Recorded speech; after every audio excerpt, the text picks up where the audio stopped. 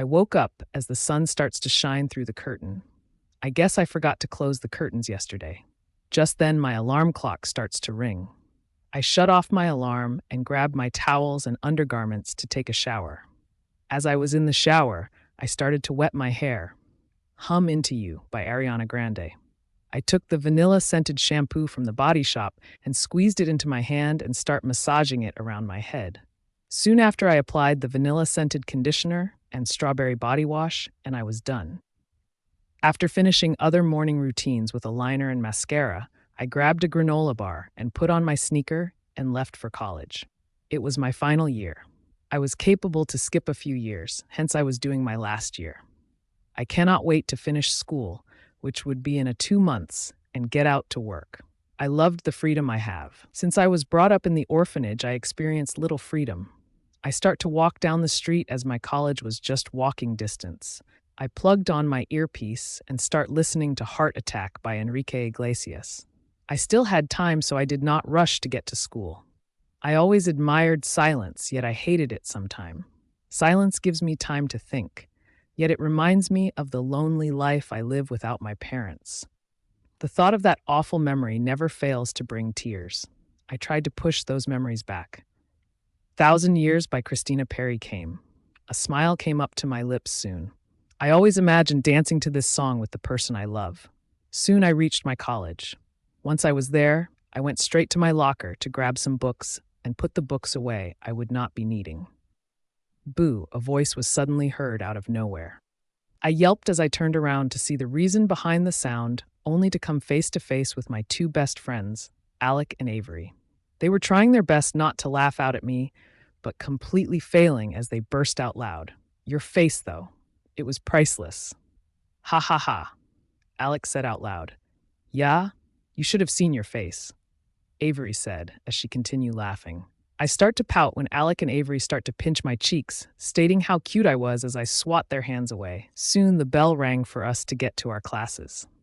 I was majoring computer science while Avery was majoring in fashion and Alec was majoring in business. As I entered the class, the few people that was sitting around turned to me. I turned crimson red due to the attention I had gathered. People just smiled at me and returned to whatever they were doing. I never liked being the center of attention. There was not really a person who dislikes me or hate me, yet I was always shy and insecure. I quickly went to sit at the back left-hand side of the class. The teacher had yet to come, hence I start staring at the forest that was a few meters away from the school. I always liked the forests. It was like alluring me.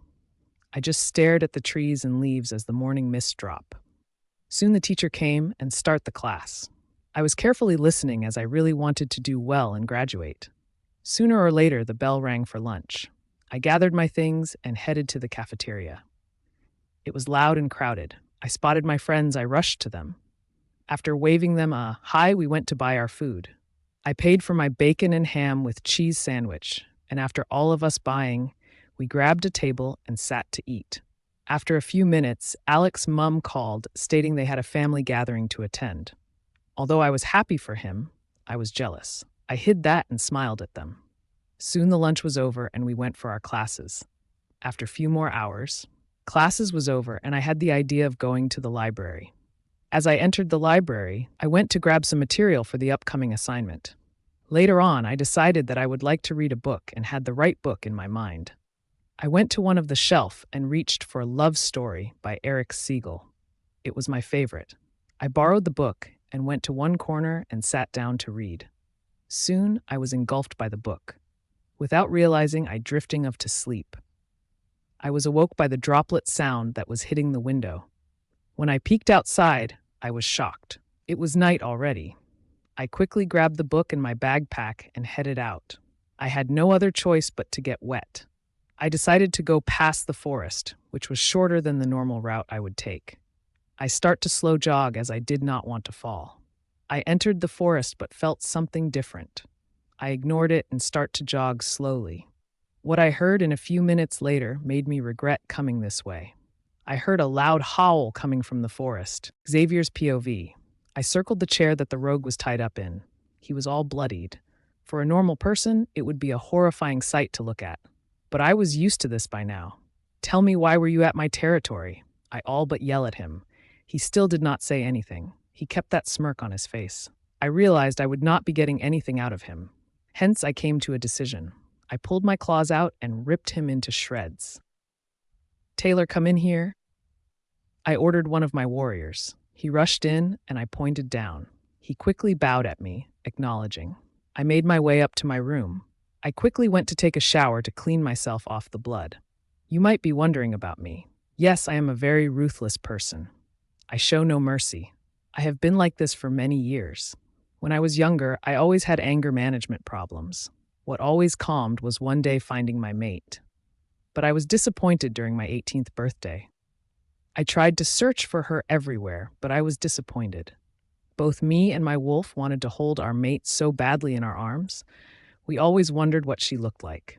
After being met with disappointment continuously, I became more arrogant, ruthless, and scary. I could not give up on my mate. I would never. But I also needed to concentrate on my pack. The pack needed their Luna. I quickly dressed up and went for the pack meeting. We were currently speaking about the security around the borders as there was a rogue spotted today. I decided that we put more warriors around the border as it was safer. I cared about my pack and their safety. I may not admit, but it is the truth. Everyone recognized me as the most ruthless wolf, which was true. Just after the meeting, my phone rang. When I checked the ID caller, it was my mother. I picked up and spoke mother. Xavier, my son, she said, as she sighed at my formality with her.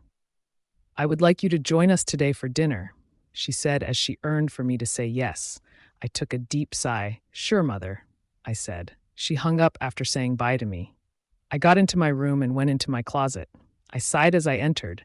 Half of my closet was emptied for my mate for a long time. No one knew about as I allowed no one into my room since I did my own chores. I quickly grabbed an Armani suit and wore it. After mind-linking to my beta, saying I was off to my parents' house, I walked out. I walked to my parents as it was not very far away. The pack house was also not far away. I had the mansion to myself with guards outside and my beta and gamma on the second floor and the top floor all for me. As I reached the porch of my parents' mansion, I knocked on the door. In a few seconds, the door was opened by the housemaid. She bowed at me in respect as I walked past her. I reached the dining area and I saw my dad, mom, younger sister, and a guy who I do not recognize. I raised my eyebrow in confusion. I was pulled into a hug by my mother. I patted her back slowly and muttered, "Mother." She just sighed and let go of me. Followed by my dad, who gave me a pat at my back and said, "My son." I just nodded at him. He just shook his and just smiled at me. Soon my sister pulled into a bear hug. I just stood there awkward. Nevertheless, she beamed at me and let me go. The guy just nodded at me. My parents understood my confusion. "Sit down, my boy. We will explain to you." My dad told me. I did as he told me. "This is Mateo, your sister's mate. She will be leaving in 3 days to go to his pack. That is why this dinner was arranged," my mom told me. I just nodded at them. But inside I was jealous. My sister had found her mate and here I was yet to find mine. My wolf scoffed and was starting to get edgy. I tried not to show any emotion so that they don't know the hurt. The three of them nodded their heads with my agreement.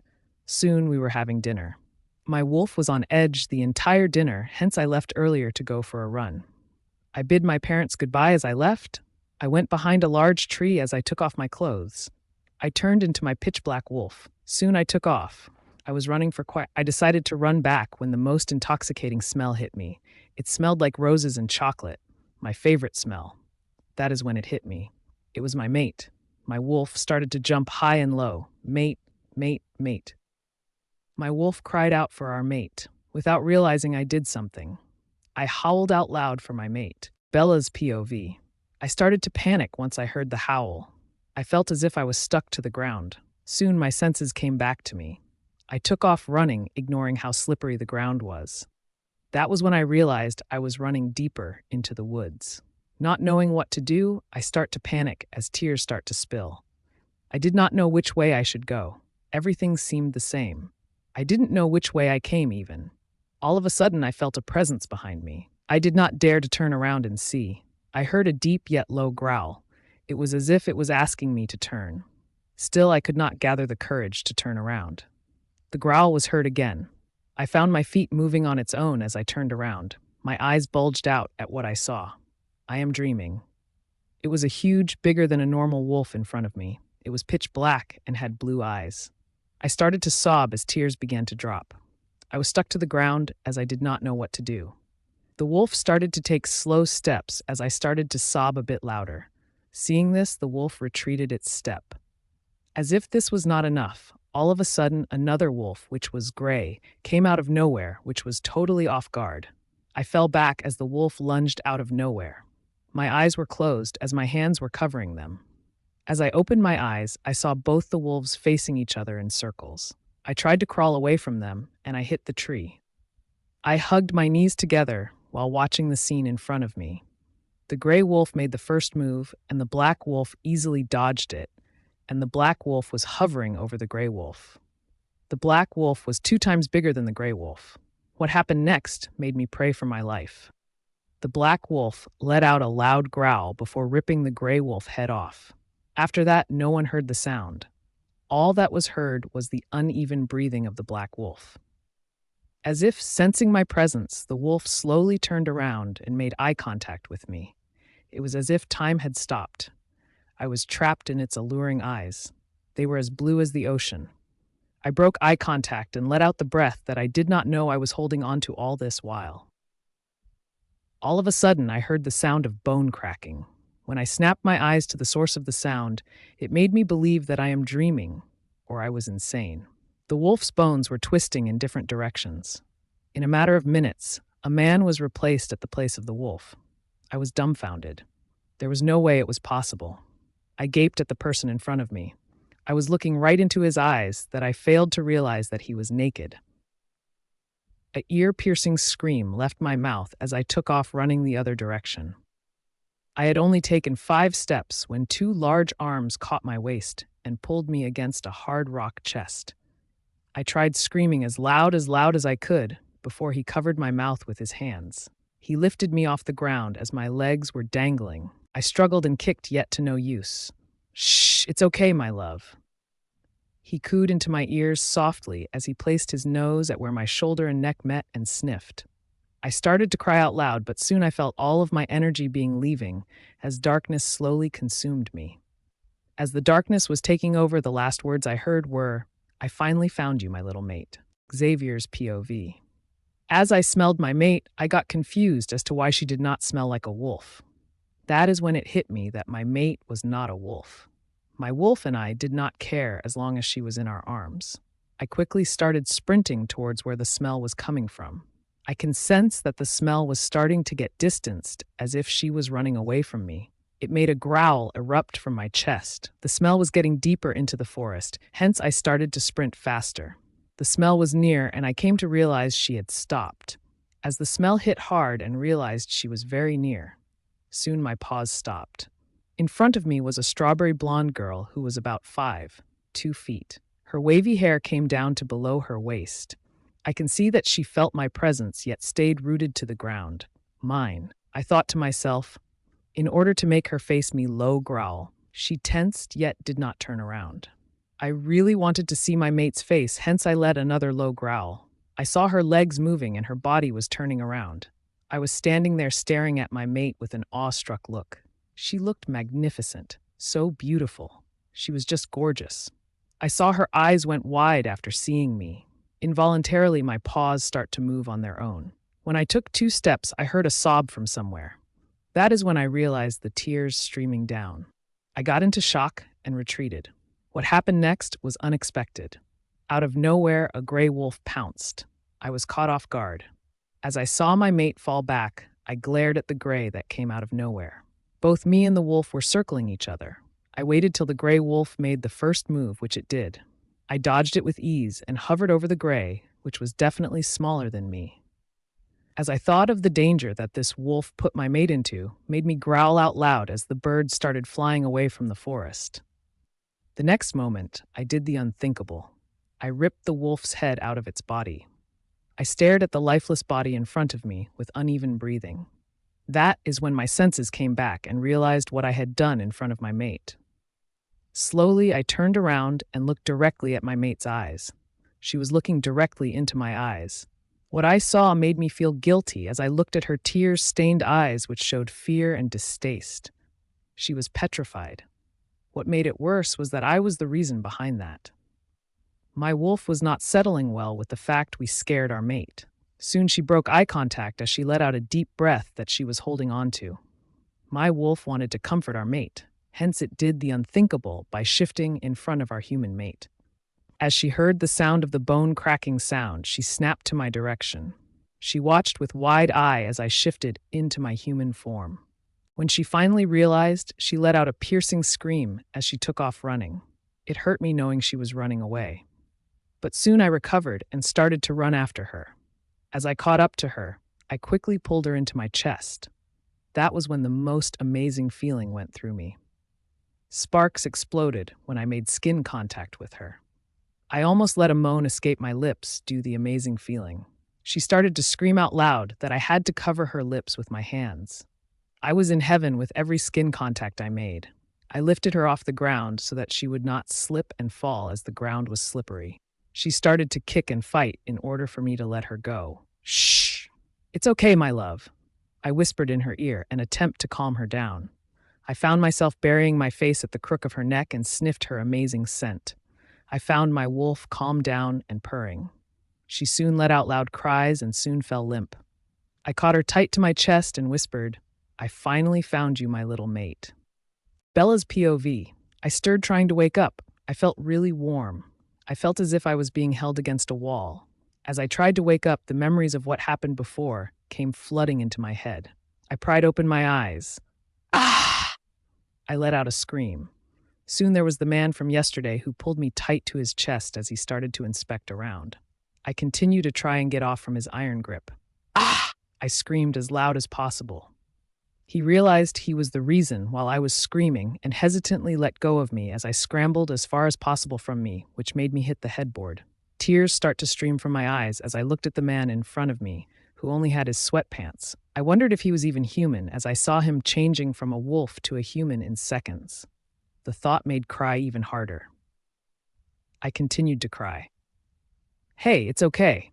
You don't have to be afraid of me. Please don't cry. He pleaded.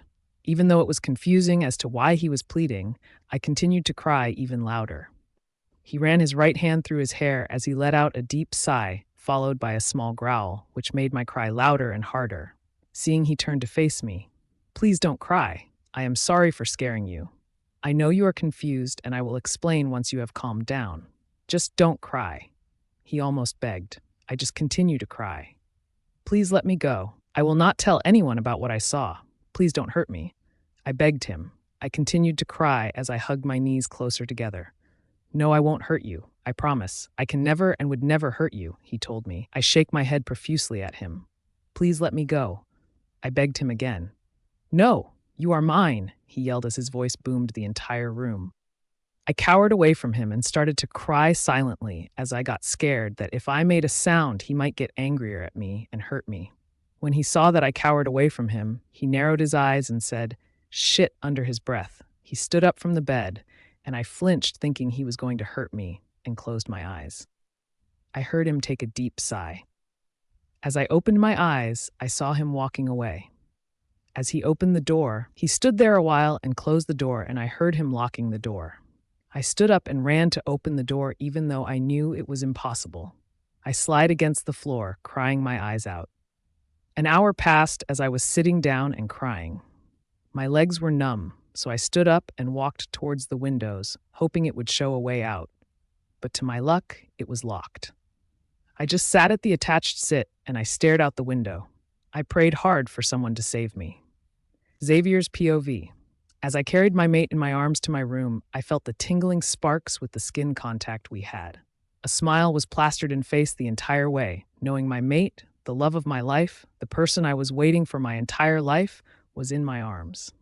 It may sound cliché, but I felt giddy at the thought. As I placed her in our bed, I pulled the duvet to cover her entire body except her face. Everything that is mine is also hers. She looked so cute with her lips slightly apart. As I stared at her lips, I so wanted to kiss. I want to ravish it.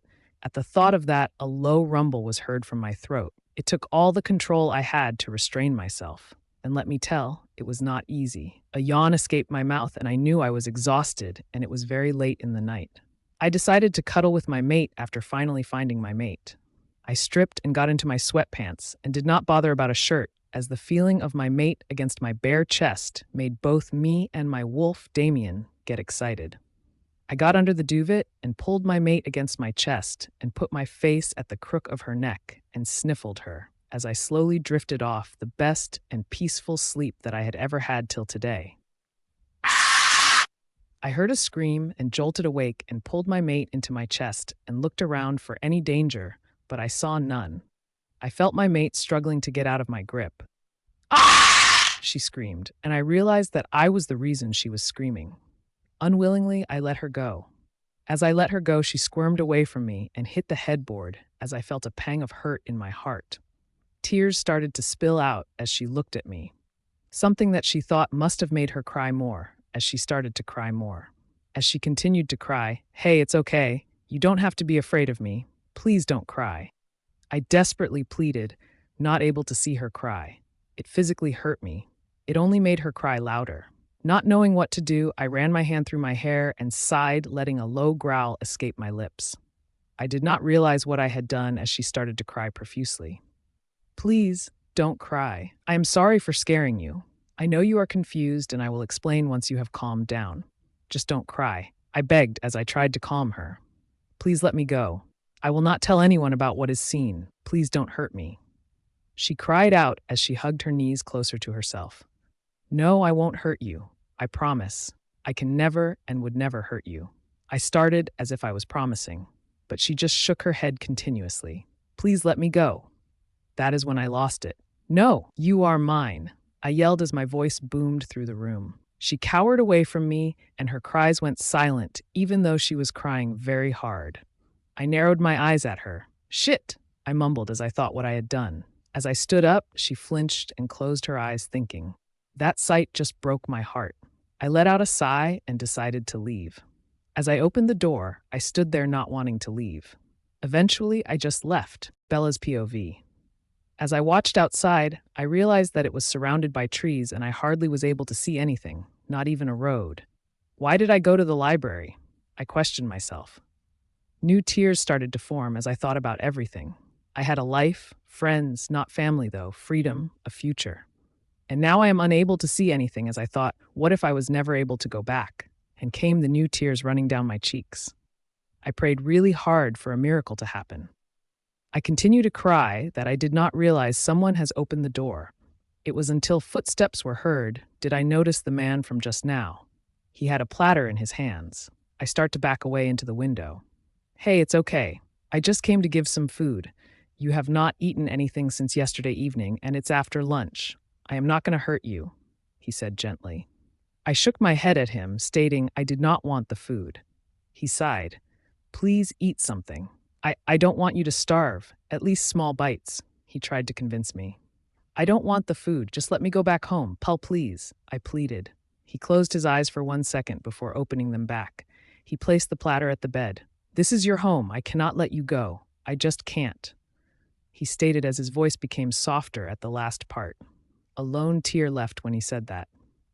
This is my home? No, this is not my home. Please, I am begging you, let me go," I said as I tasted salt that it was caused by the tears. Suddenly, I saw his eyes changing from blue to pitch black. The sobs that left me became quiet, fearing of him. More tears started to leave my eyes. In a matter of seconds, he was standing in front of me. He nuzzled his head where my shoulder and neck met. He starts sniffing me. The tears have yet to stop. "I have just found you, and I am never letting you go. Not now. Not ever. You are mine," he stated as he growled at the last. There was a sudden spark where he touched me. I couldn't put a finger on it. I started to cry more. Soon darkness engulfed me. Thud. The sound of the thunder made me jolt up awake. I was sweating profusely, and it was in the morning. I really was wishing that it was just a bad dream. But as I looked around, I realized it was real. I looked around to see if the man was anywhere, and lucky me, he wasn't, and I was relieved. I did not want to be anywhere near him or his bed. I quickly untangled myself and went to open the door only to find it closed. Well, I tried. I sighed. I guess I'm locked up then. I walked to the bathroom to see there were clothes and some undergarments. I decided I should take a shower. As I started to wash myself, I took the only soap there, which smelt like mint leaves. I squeezed the shampoo, which also smelt like mint leaves. After I shower, I wore a large shirt and sweatpants. I walked out and sat at the bay window and decided to sit and think of a way to escape. I missed my friends. They are the only family I have. Both their parents love me like their own daughter. Almost my entire life, I did not know what freedom was like. After my parents died, I was sent to the orphanage as my parents loved each other and ran away since their parents did not consent. Hence, I do not have any relatives. When I was in the orphanage, all I did was go to school, go to a café to work and save money, and then back to the orphanage. Now that I finally had the freedom, it did not last. I feel like everything I ever worked for was ripped away from. I studied so hard, and when I was almost at the finishing line, everything was gone. Soon, the man came again. "How are you doing?" he asked softly. I did not reply. I did not want to. "If you don't mind, may I at least know your name?" he asked hesitantly. "Is this guy for real?" He just kidnapped without even knowing my name. I did not answer. I was very scared of and sad about everything. He sighed. "I told you I would explain everything to you. I know you are not ready, but you deserve to know what is going on and not be in misery," he stated. Again, tears start spilling. "Don't cry. The faster I tell you what is going on, you will understand what is going and wrap your head around it," he explained as if he was talking to a small girl. He came to sit beside me. I scooted away from him to maintain some distance. He just shook his head. "Are you ready to hear?" he asked to make sure. I did not know what to say. Am I ready to know what he is? Am I ready to hear something that might change my life? Am I ready to know why I was brought here? Well, I am not sure about the first two, but I had to know the answer for the last question. I slowly nod my head looking down as I did not have the courage to look up at him. "Look at me and say that you are ready. I have to know that you are ready," he asked me politely. I could not look up at him. I was just too scared to look up at him. He sighed. He used his thumb finger and his pointer finger to lift my head up to make me look up at him. When his finger touched my chin, I felt sparkles at the place where he touched. I gasped at that. I saw his face had a small smile, as if he knew about it. "Say that you are ready." Not wanting to test his patience, I did what he said. "I am ready," I said as I stuttered. Here goes nothing. Bella's POV. He took a deep breath while closing his eyes for a few seconds. "Here goes nothing. Please let me explain before you come to any conclusion," he asked. I nodded my head in response. "My name is Xavier," he said as he waited for any response from me. I just nodded for him to continue. "This is where I was born and raised." I scrunch my eyebrows at him and tilt my head in confusion. How can a person be born and raised in a forest, yet wear t-shirts and sweats? He understands my confusion. He let out a small chuckle. "You might be wondering how a person can be born and raised in a forest yet wear fancy clothes. Am I right?" he asked as I slowly nodded my head. "Well, that's the answer to almost all your questions. I am a..." He trailed off. I needed him to tell, as what he says is the answer to almost all my questions. I tilt my head for him to continue. Well, I am a werewolf." He whispered lastly and almost did not catch what he said. But I did. And all the blood was drained away from my face. I did not want to believe what he said, wishing he was just pulling my leg. But I knew he wasn't. If not, there wouldn't be a reason how he turned from a wolf to a human in mere seconds. He noticed my pale face. "Love, are you okay? Look at me. Please say something. Anything. Talk to me." He cupped my face with both his palm. But I was unable to process anything. I just realized that werewolves are real. No words wanted to come out of my mouth. I wanted to scream, yell, cry out loud, and push him away. But I cannot. Seeing my situation, he quickly grabbed a jar of water and poured it into a glass and handed it to me. But I could not move. He lifted the glass to my lips to make me drink. I quickly chucked down the water. After chucking down the entire glass of water, I let a deep breath that I did not know I kept. Tears were fighting to come down, but I needed him to continue. "Do you want me to continue? If you are uncomfortable, we could have this conversation another time. You are more important to me." he said as he cupped both my hands with his palms. I kept feeling this spark. It was like electricity passing through my veins. I pulled my hands away from him. I think I saw a hurt flash past in his eyes, but it was gone. I nodded for him to continue.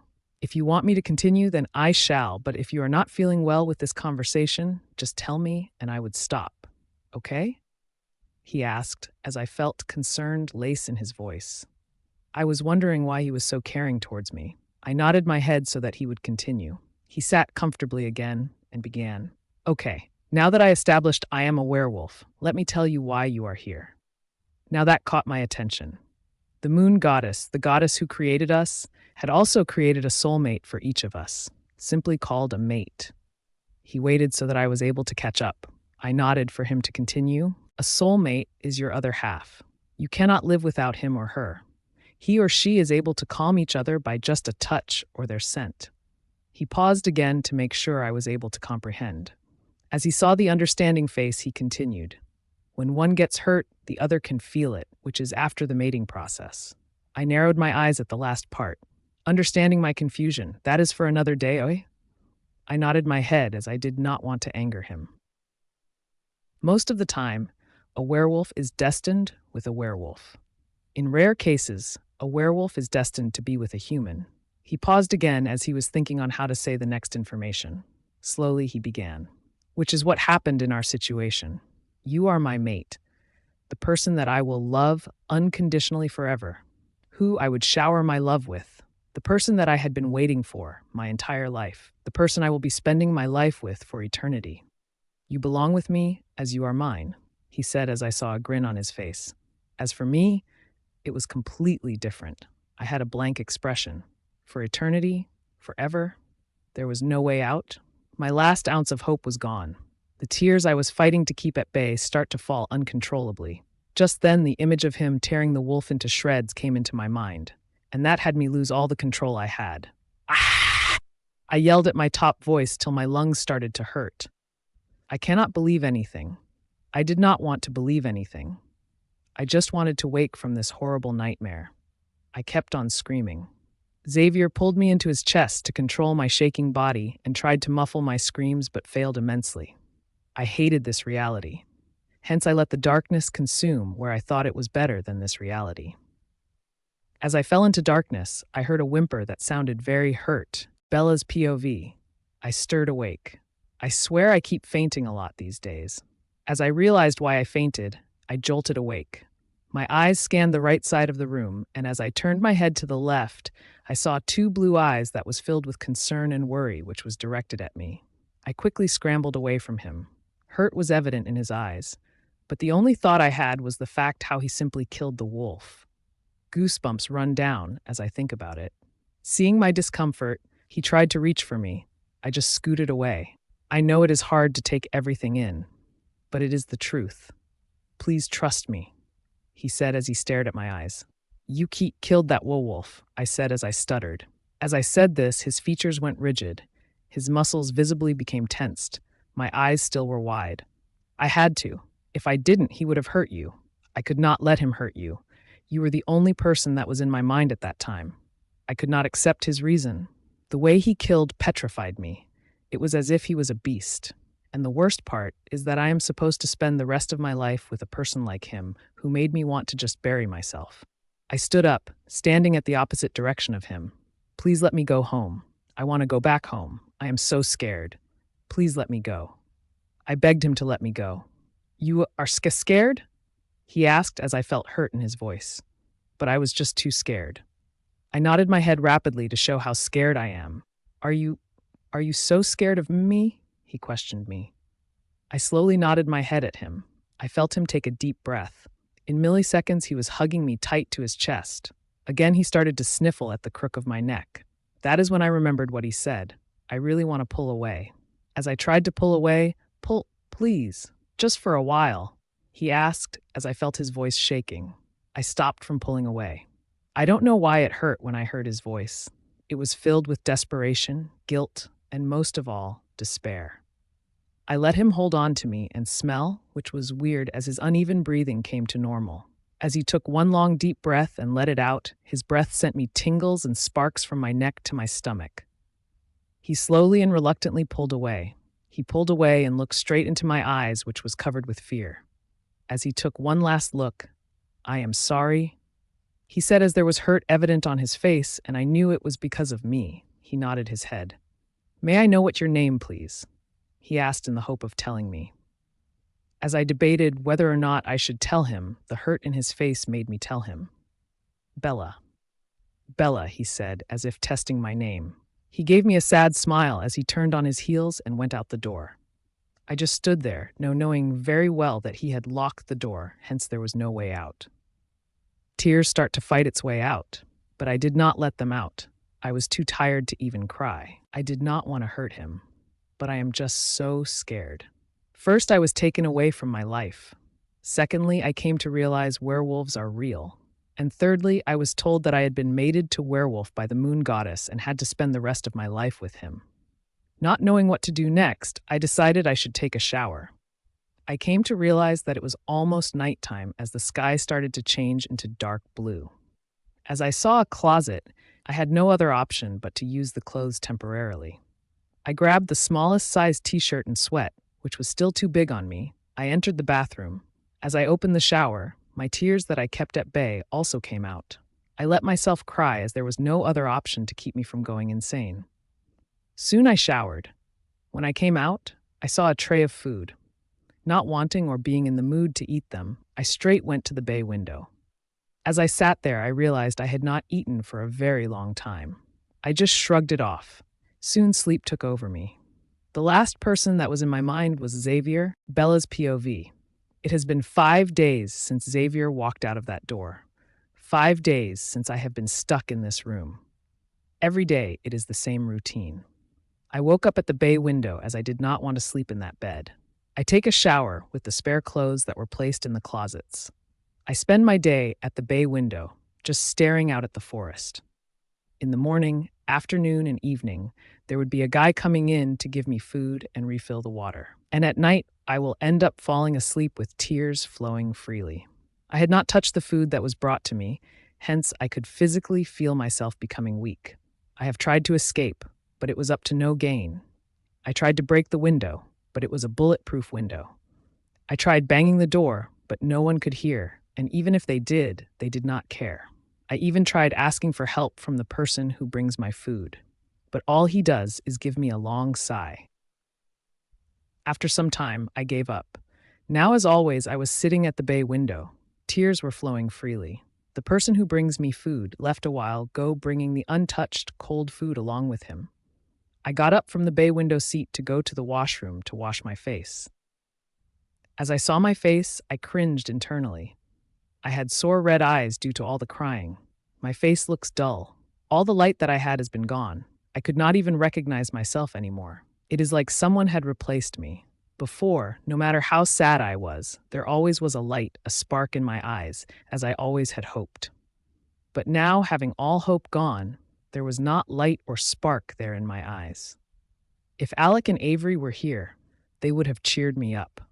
We would sleep over with movie marathons. I would have finished 3 tubs of vanilla ice cream before the movie would have even finished. Before going to bed, we would have destroyed all the pillows I had by having a pillow fight. We would have been completely worn out. Thinking about all this brought a sad smile as a lone teardrop from my left eyes. As I washed my face, I saw a blade. That is when something I never thought came into my mind.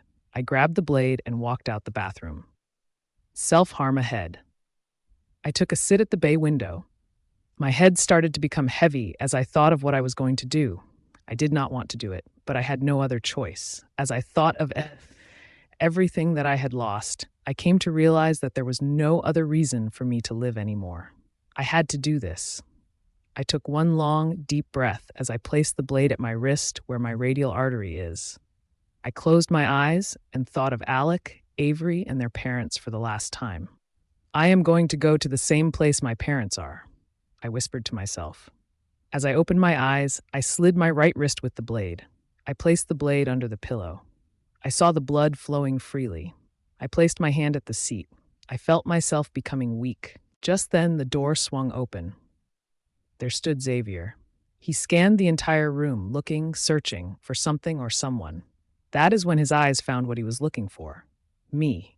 He came running to me at an inhuman speed. He kneeled in front of me as he took me in his arms. He was shaking me. I could see his lips moving, but I could not hear anything he was saying. He kept shaking me vigorously. He took my wrist, and when he saw it, his eyes went wide. I could not keep my eyes open any longer. As I closed my eyes, I felt a drop of tear. But it was not mine.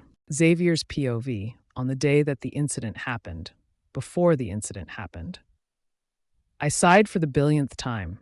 I have no idea what I'm supposed to do. She is scared of me. My mate is scared of me.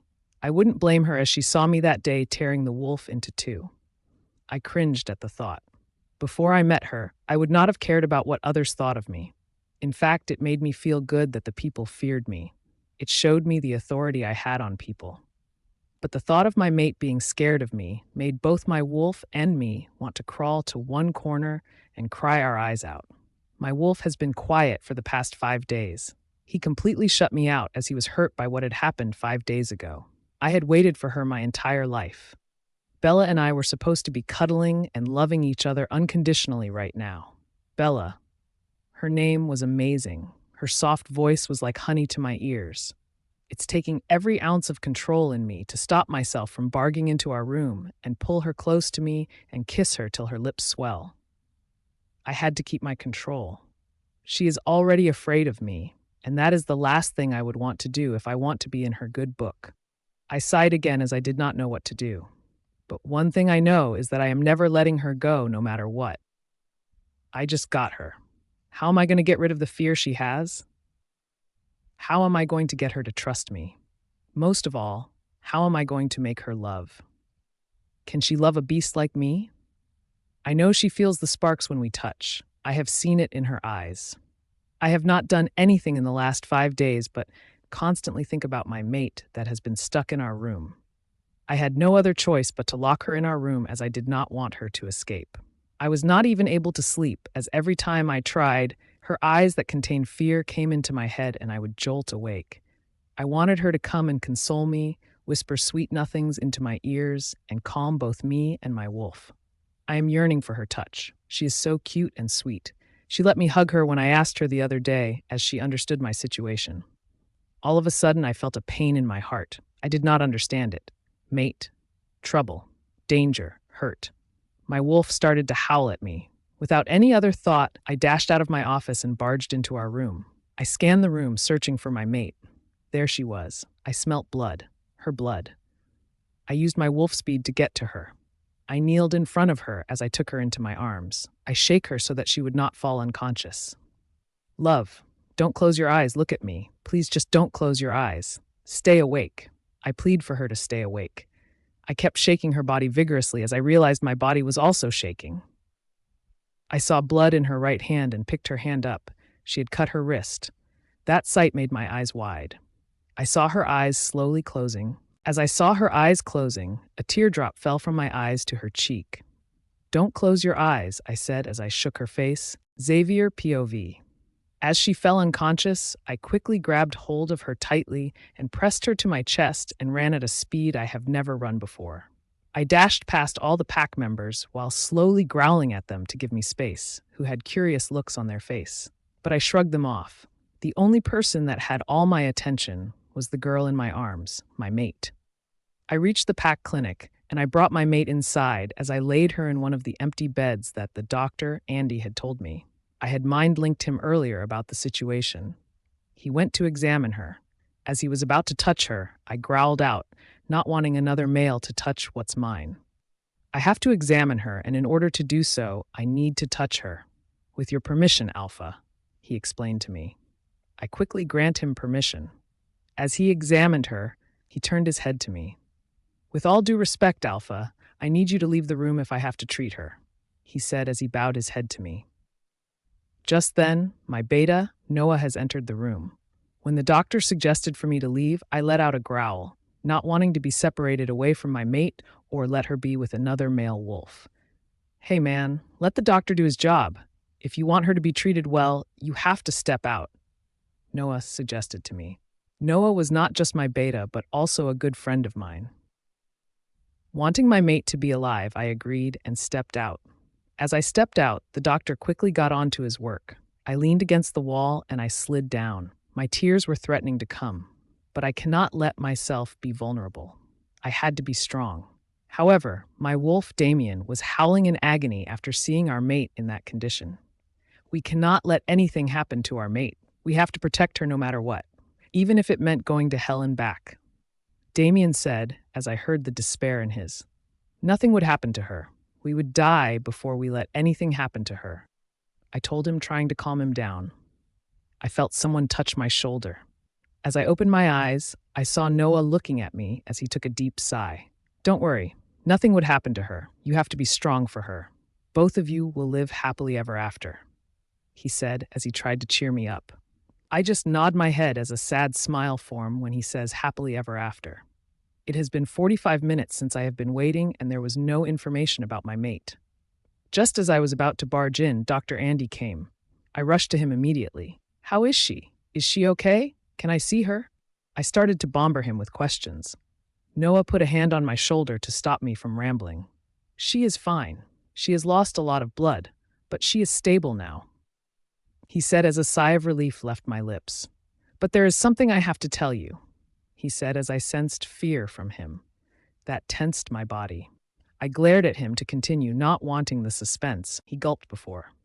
"She was extremely weak when you brought her, not only because she had lost a lot of blood, but also because of lack of consumption of food. It seems she has not eaten for about 5 to 6 days, which made her body very weak. This eventually led to—" He paused as if not wanting to go on. I let a growl want him to go on so that I know what had happened to my mate. She has gone into coma," she stuttered. "Roar!" As soon as I registered what he said, I let out an earth-shattering growl as the ground shook. When I opened my eyes, the doctor was kneeling down in submission, and Noah had his head down in submission. Damien was clawing, wanting to be let out. But I had controlled him, as I did not want the situation to get any worse. "What do you mean she is in a coma? When will she wake up?" I questioned with so much authority, I was surprised he was yet to pee in his pants. "I am not sure, but she will. Her body and mind is just weak to work together, but she will wake up soon." That at least calmed me a bit, but not enough. I dismissed him after that, wanting to see my mate. That is when I realized something. The doctor said she had not eaten for 5 days. I quickly called Noah. "I want you to find out who has been serving my mate for the past few days and lock him up in the dungeon. Got it?" I told him. He nodded his head as he walked away after being dismissed by me. I turned around and went towards the door my Bella was in. I took one deep breath before opening the door. There she was, laying down in the white bed. It looked like she was sleeping peacefully, but honestly, she was anything but peaceful. As I walked towards her bed, my breathing became rigid. As my Damien looked at our mate this way, he became too upset that he blocked me. I took a seat by the side of her bed and grabbed her hand that was not injured. I did not like seeing my Bella this way. I was supposed to protect her. I placed a small kiss on her fingers as I felt sparks in my lips. My lips start to quiver, not able to see my mate like this. I pressed her cold hands to my cheeks to calm myself as I intake her scent. "Please wake up, my love," I said, hoping she would hear me. Bella's POV. As I opened my eyes, all I saw was darkness, nothing but darkness. I was not even able to see myself. "Help! Somebody help me, please!" I screamed in the hopes of someone hearing and coming to help me, but I saw and heard no one. I started to get scared. "Please help me." I started to sob. I tried to grab onto something, but nothing was there. I dropped to my knees. There was no one to help me. Is this what hell feels like? Why am I even hell? If this is not hell, then where am I?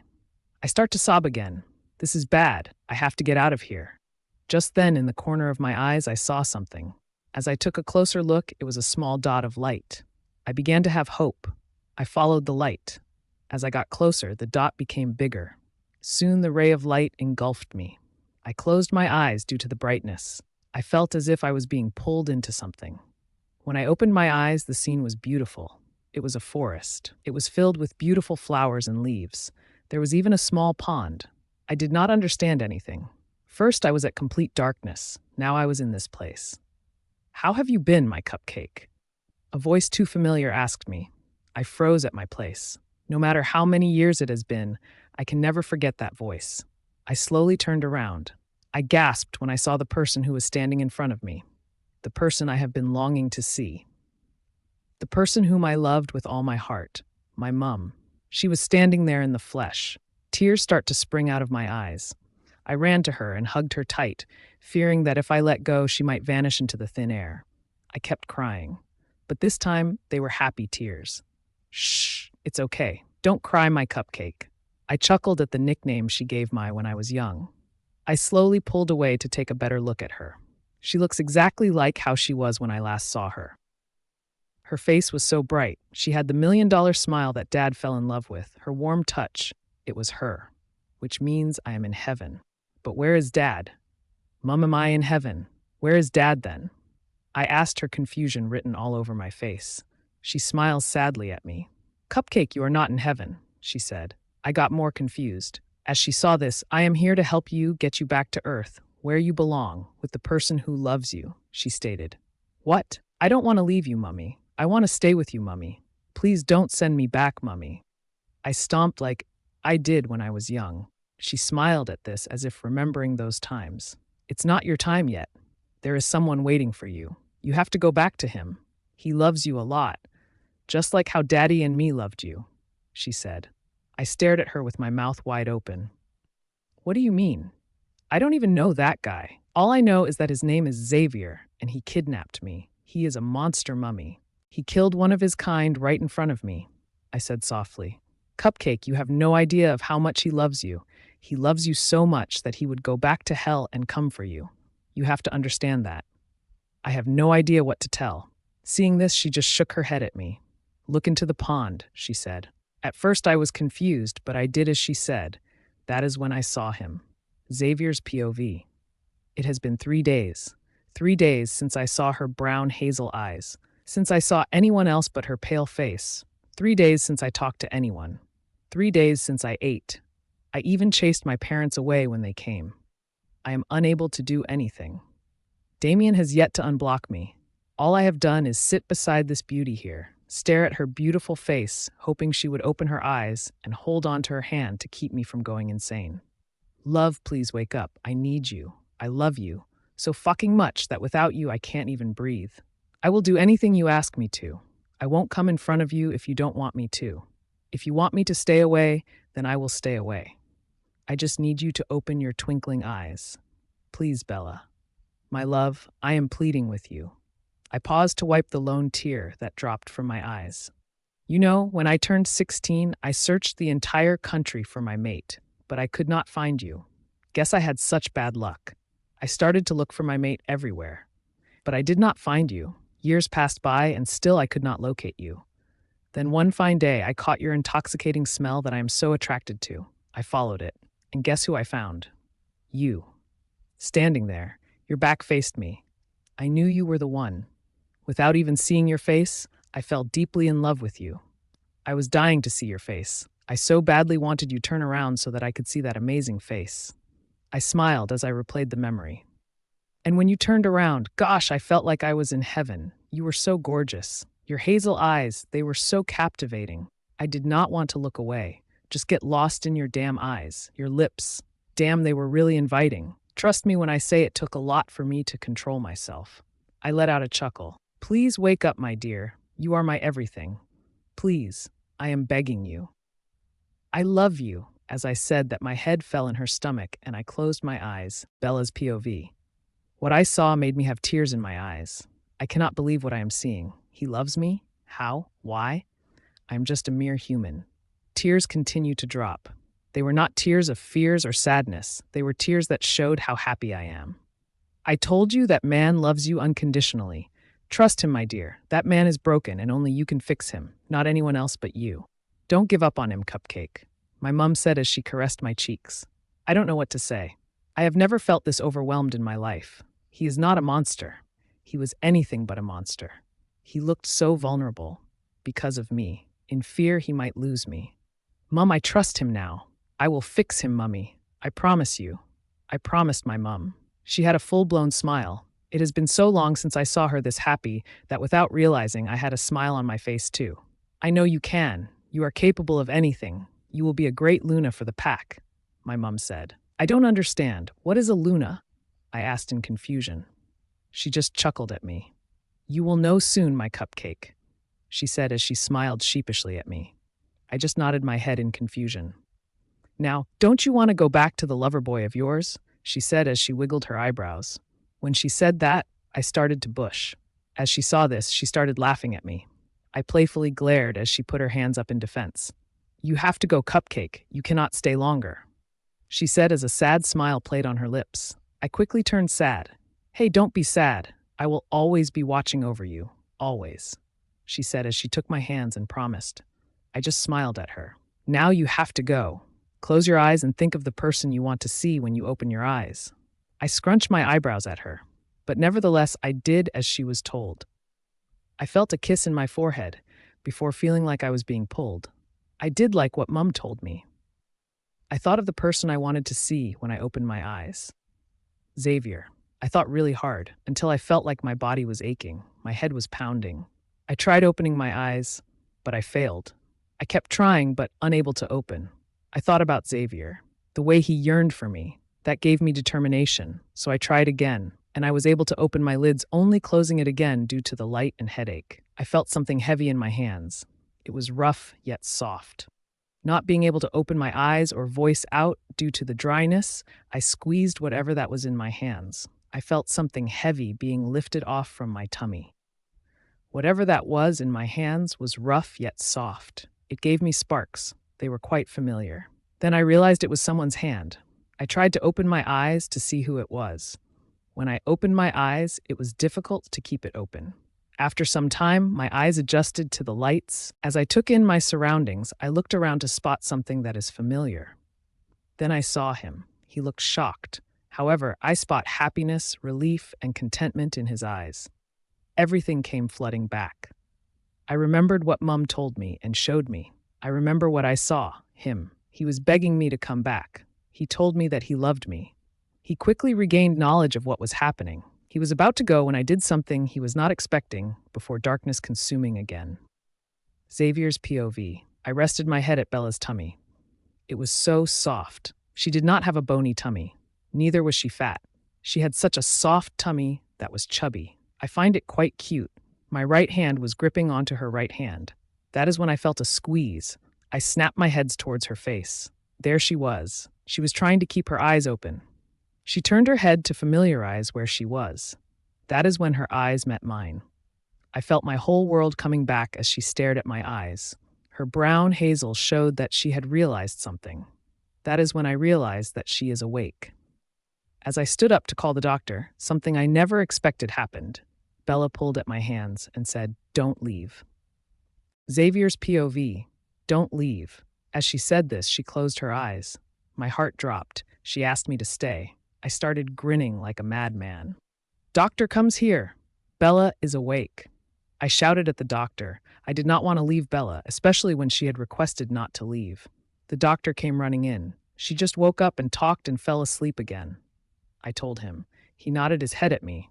If you don't mind, can you step aside so that I could check her? The doctor had asked me. I growled at him. No.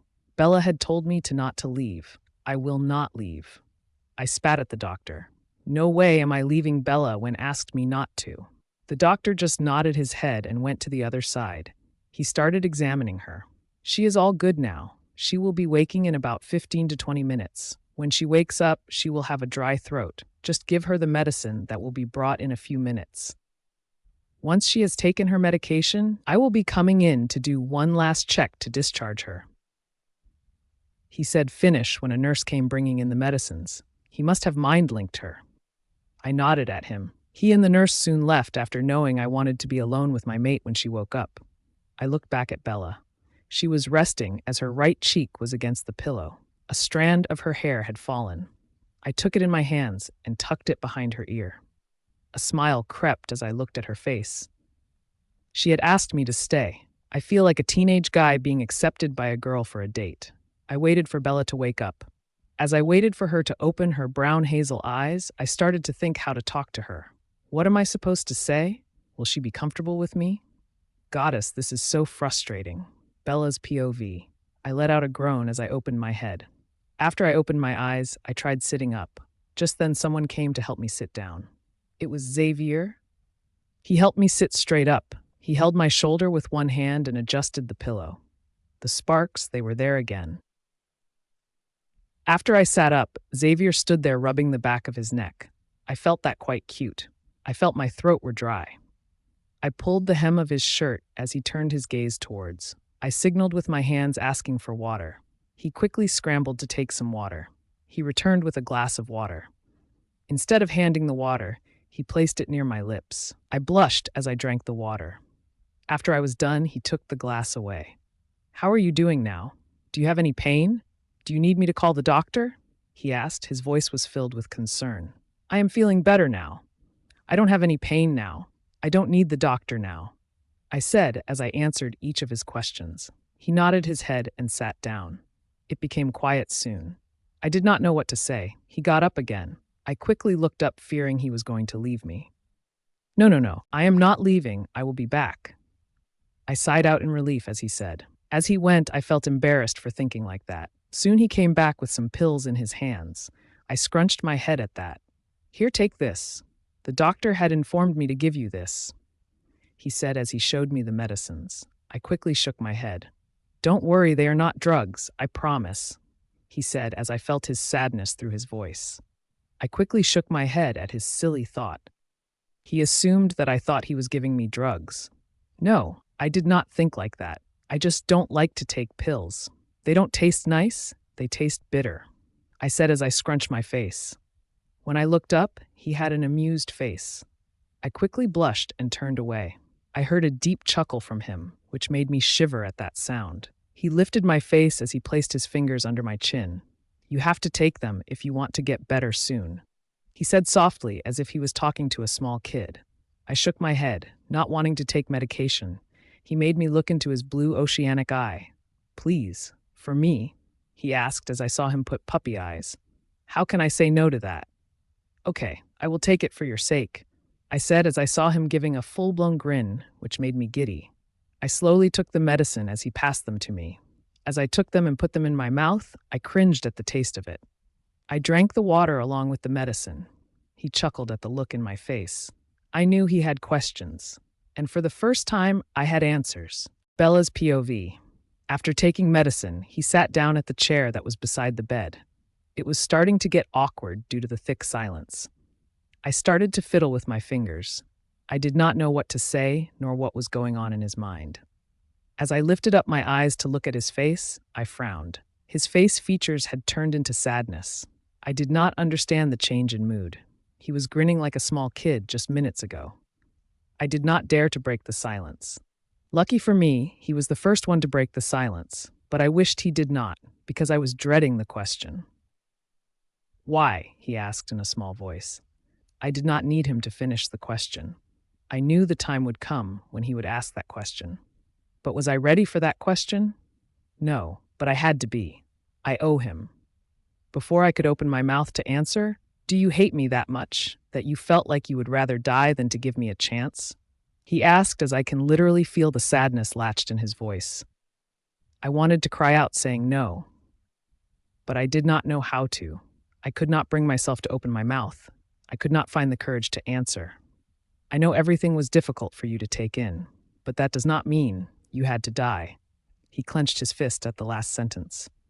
I know I had damaged him a bit when I took the decision, and I'm going to make it up for it.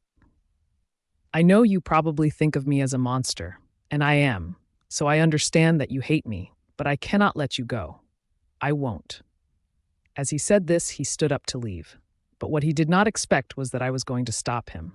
As he felt my hands grab onto his hands, he froze. He slowly turned around to face me.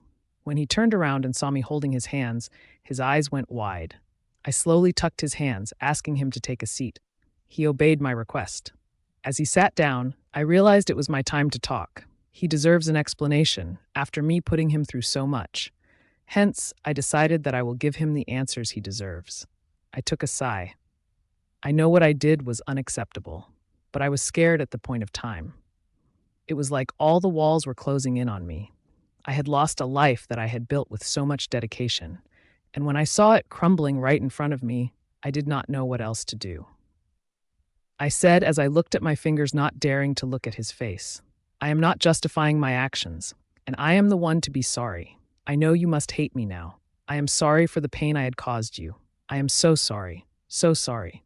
My voice begging for his forgiveness. A tear rolled down as another one followed. I thought he would have left by now, but no. What he did next caught me by surprise. He engulfed me into a hug. "Shh, it's okay. Don't cry," he comforted me. I did not know what to do. He nuzzled his face in the crook of my neck as his breath tickled my neck and shiver ran down my body. Noticing this, I could feel his smile. He slowly let go of me, yet holding on to my hands. And this time, I did not pull away. Seeing this, he smiled. He soon started to speak. "I should be the one to apologize. I did not realize how much difference I had made that required a sudden change. Your dreams were shattered because of me. You have nothing to be sorry for." "Gosh, how stupid have I been," he said as he shook his head. I just sat there hearing him ramble on how much of a fool and idiot he had been. A smile formed as I stared at his cuteness. It was such a sight to watch him ramble. I couldn't help but stare. After a few seconds, he caught me staring, and I quickly bowed my face as my hair hid my now crimson-red face. I started to blush, having him caught me staring at him. I heard him chuckling before he brought my face up as we met eyes. His eyes, they were so blue, I feel I can just swim in them. "You can stare all you want. After all, they are yours to look," he said as I saw a smirk on his face. If possible, my face got even redder and I would be mistaken to be a dark red tomato. Seeing this, he started laughing at my tomato face. He looked so attractive when he laughed, as his eyes sparkled when he laughed. I could watch him laugh all day. It was addictive. At that point of time, I only wanted to tell one thing. I want to give us a chance. Bella's POV. I want to give us a chance. Once I had said this, all the sounds in the room had died. He had stopped laughing. He turned the other side, hence I did not know his expression. I wonder if I had said the wrong thing. Slowly and cautiously, he turned his face around. He had an expression that I was not able to read. His eyes were open wide. I realized that he was shocked, but I did not know if it was good or bad. "Tell that again," he asked me. "You heard me," I said as I started to fiddle with my fingers. "Why is he asking me to repeat again?" "I know. I want to hear it again," he said, still in a daze. I was wondering why he was asking me to say again, but nonetheless I said it again. "I want to give us a chance."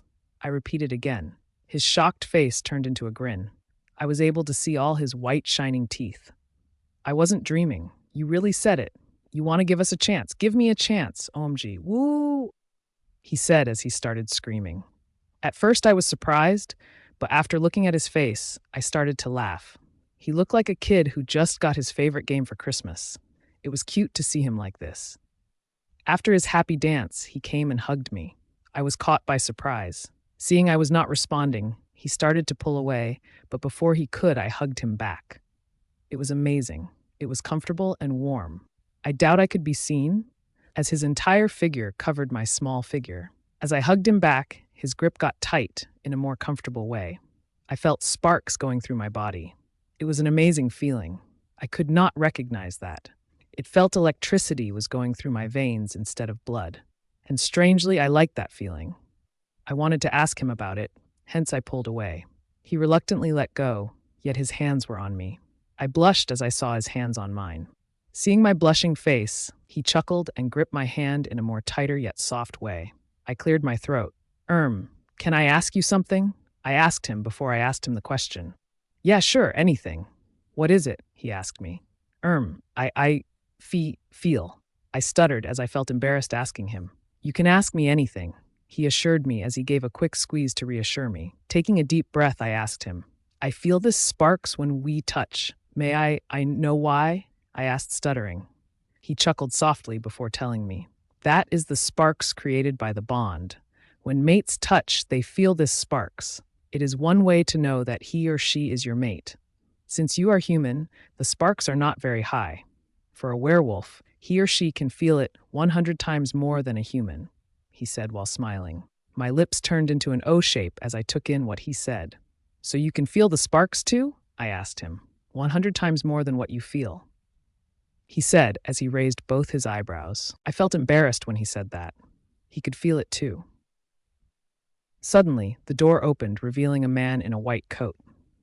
Due to the sudden invasion, Xavier pulled me into his chest as he looked towards the door to see who. Realizing it was just the doctor, he let out a breath and released me, yet held onto my hands. I quietly laughed at his behavior. Did you just laugh at me? He asked, amused, and raised his right eyebrow, amusement clearly evident in his face. I quickly shook my head at him.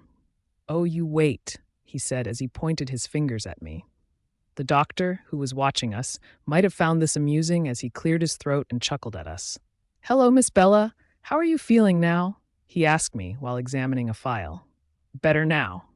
Thank you, Doc, I said with a small voice. I was always shy when I met new people. Seeing this, he chuckled. As he was about to hold my hand to check my vitals, I heard a deep yet soft growl. When I turned my head to see where it came from, it was from Xavier. I got confused. May I, Alpha? The doctor asked Xavier. Xavier nodded his head for the doctor to continue. The doctor started checking for my vitals. Every now and then, I would hear Xavier growling lowly. It confused me. She is all good now. She can be discharged. But if her wrist starts to bleed, you might need to come in to check. Continue to give her medication, and she should be fine. The doctor said to finish. Xavier nodded his head at the doctor, and the doctor left with the file in his hand. After he left, I turned my head to Xavier. He had a scowl on his face. I did not understand. Did I do something to upset him? I cleared my throat to have his attention, and I got that. I wanted to ask what happened. What happened? Did I do something wrong? I asked as I was disappointed in myself. What? No, you did nothing wrong, he said as he came and cupped my face.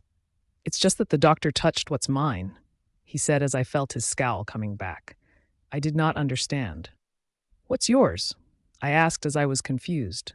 You're mine. Nobody else's but mine, he said as he growled and hugged me, bringing me closer and nuzzled his face at the crook of my neck. I felt my face heat up. Without realizing, I hugged him back. After sniffing me, he pulled away, having my face in between his palms. Just then, a question popped in my head. Can I ask you another question? I asked while tilting my face. He just chuckled and said, I could ask as many questions as I once he checked me out of the clinic. I just nodded my head. I can't wait to ask all the questions I had. Bella's POV. After some time, Xavier came back once he had talked to the doctor. He gave me a smile as he walked in. So the doctor said that you are all good to go, but you have to take your medicines, he said while giving me a stern look at the last sentence. I just sheepishly smiled at him. Here, change into this, and we will be good to go, he said as he gave me a big shirt and shorts. I gave him a whose is it questioning look. He chuckled. It's my smallest shirt I could find, and that is my boxers, he said as he smirked at the last part. I blushed as he said that it was his boxers. Oh, okay, thank you, I said as I could find another blush coming up its way again. I thought of going to the bathroom to change when I realized there was none. Sensing this, right, there is no place for you to change. How about I turn the other side and you change, he suggested. I was shy at first. Don't worry, I won't see. Even though it will be very tempting, I promise you I will not look. I swear, he promised me. I slowly nodded at him. He smiled as he turned. I quickly got rid of the gown and put on the very big shirt and the shorts that he gave me. The shorts covered till my mid-thigh, while the shirt reached till a bit below my mid-thigh. It was as if I wasn't wearing anything under the shirt. I cleared my throat, indicating I was done. As he turned around, his eyes turned darker. I did not understand how. He was looking at me intently and it made me blush. I cleared my throat. When he heard me, he looked straight into my eyes. I wasn't able to look away. It happened so many times. I was never able to look away. He breaks the daze and starts to speak. Are you ready to go? He asked. I nod my head at him. He started to come near me. I got confused as to why he was coming near. He picked me up in bridal style. I yelped as he picked me up. Why are you carrying me? Put me down. I squeaked out. You are injured, hence I am carrying you. I don't want you getting hurt again, he said in the duh tone. I only injured my hand, not my leg. Please let me down. I tried to reason out with him, but he would not listen. He continued to carry me. Not happening. You were in a coma for 3 days. You must be tired. I am carrying you, end of discussion, he said in a stern voice. Not being able to reason out with him, I huffed and pouted, to which he just chuckled, and again his eyes became darker again. I shrugged it off, thinking I would ask about it later. He ascended the stairs while carrying me. When I saw some people walking past, I quickly nuzzled myself into his chest. I felt a rumble from his chest when I did that. Yet I continued to hide my face at his chest. Soon we reached his room. As he used the hand that was under my thighs to open the door, he brought me inside and shut the door. He placed me at the bed as he sat me comfortably. He also sat comfortably in front of me. When we both sat comfortably, he took my hands in his and, "Shoot. Ask me any question you have in mind and I would answer them honestly," he said. I quickly got excited as I was able to ask him a question. Firstly, why is everyone here calling you Alpha when you told me that your name is Xavier? I asked him. He chuckled and said, "An alpha is a leader to a pack. We protect them and help them and manage everything. I am their alpha. We also have a female alpha who is called Luna, which is you in the future, but we will talk about it another day," he said. When he said that I was the future Luna, I got scared at first but decided to let it slide. "What is the mate's bond?" I asked him, remembering hearing it somewhere. "It's the bond between two mates. For example, between you and me. We were able to feel each other's emotions and feelings, but you won't be able to feel it much, at least not yet, but I can feel it vaguely. That is how I found you the other day," he said. I just nodded my head at his answer. I had one last question. I was afraid to ask him, but I really needed to know the answer for that question. One last question," I asked as I felt nervous. "Will Ever be able to go back?" I asked in one breath. But I can see that he did not understand. Hence, I repeated the questions. Will I ever be able to go back?" I asked, and I stuttered. Bella's POV. "Why will I ever be able to go back?" I asked, and I stuttered. As I asked that question, his eyes changed into pitch black. I gasped as I saw the color change in his eyes. It was like the previous times. They were black yet had sparks of blue in them, but now they were completely pitch black. "No, you are never leaving me. Never. You're mine. Forever," he told me in a cold voice that I failed to recognize. I started to get scared. I started but got interrupted. "No buts. You are not leaving. That's final," he said and stood up and left the room. On the other hand, I was trying to comprehend what was happening. He did not let me finish. I just wanted to finish my university. I wanted to see my friends, the only family that I am left with. But I was not allowed. It upset me. My mother's words came into my mind. "That man is broken, and only you can fix him, not anyone else but you. Don't give up on him, Cupcake." I remembered my mom's words. "I will not give up on him, Mum. I promise." I just realized that he thought I was going to leave him. I will never leave him. I came to realize, without me intending, I am starting to like him. And that was weird. Just a few days ago, I was petrified of that man. And now, even though I'm a bit scared of him, I'm starting to like him. If anyone were to hear this, they would probably think I'm stupid. I wished I could face Xavier and tell him I will not leave him. I got up from the bed and walked to the door, wishing it was open. To my surprise, it was. I turned the knob and walked out, trying to figure where he could have left. I walked by the corridor, trying to hear or see him. The corridor was quiet and dark.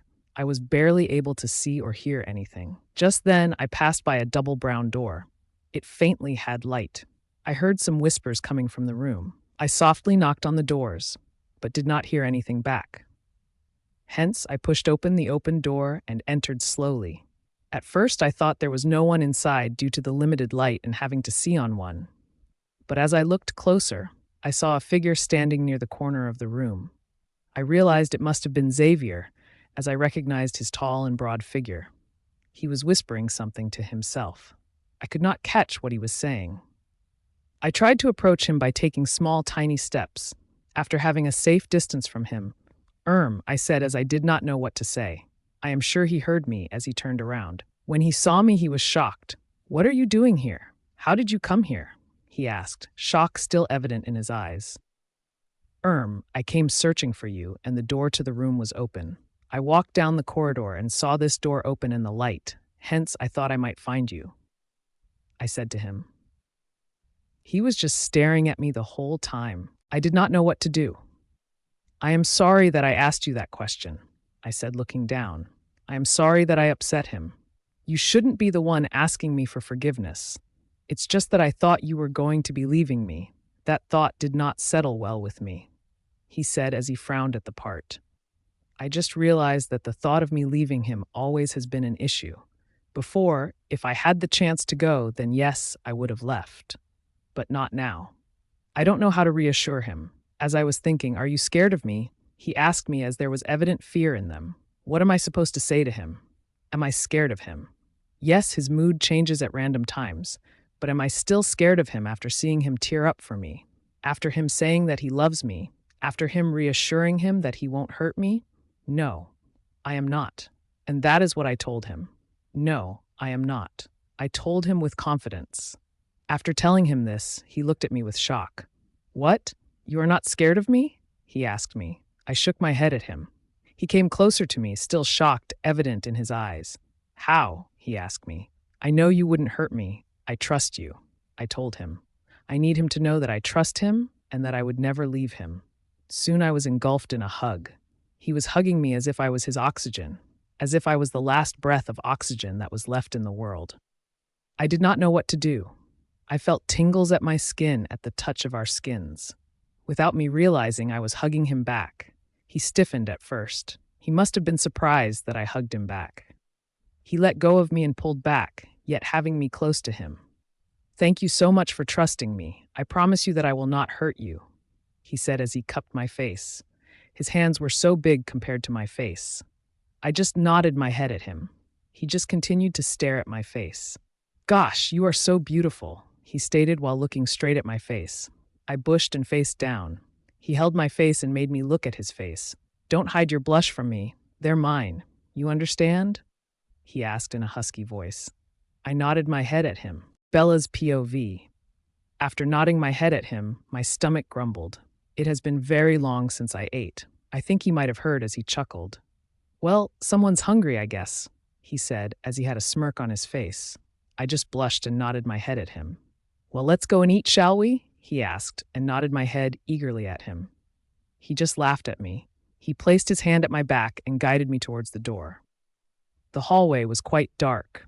Not wanting to get lost, I moved closer to Xavier. Seeing this, he grabbed my hands and intertwined our fingers. When he did this, he looked at our hands expecting me to push them away. But I did not. I have to give us a chance, as I promised him, and I have to take the baby steps. I just hope he has enough patience. Seeing that I was not going to push away, he looked at my face and grinned at me like a boy who just got his candy, and squeezed my hands as if he was telling that he was happy. I just smiled at him. Just then I realized that he had 2 deep dimples. They were very cute. I felt like pinching his cheeks and cooing at how cute he was, but refrained myself from doing them.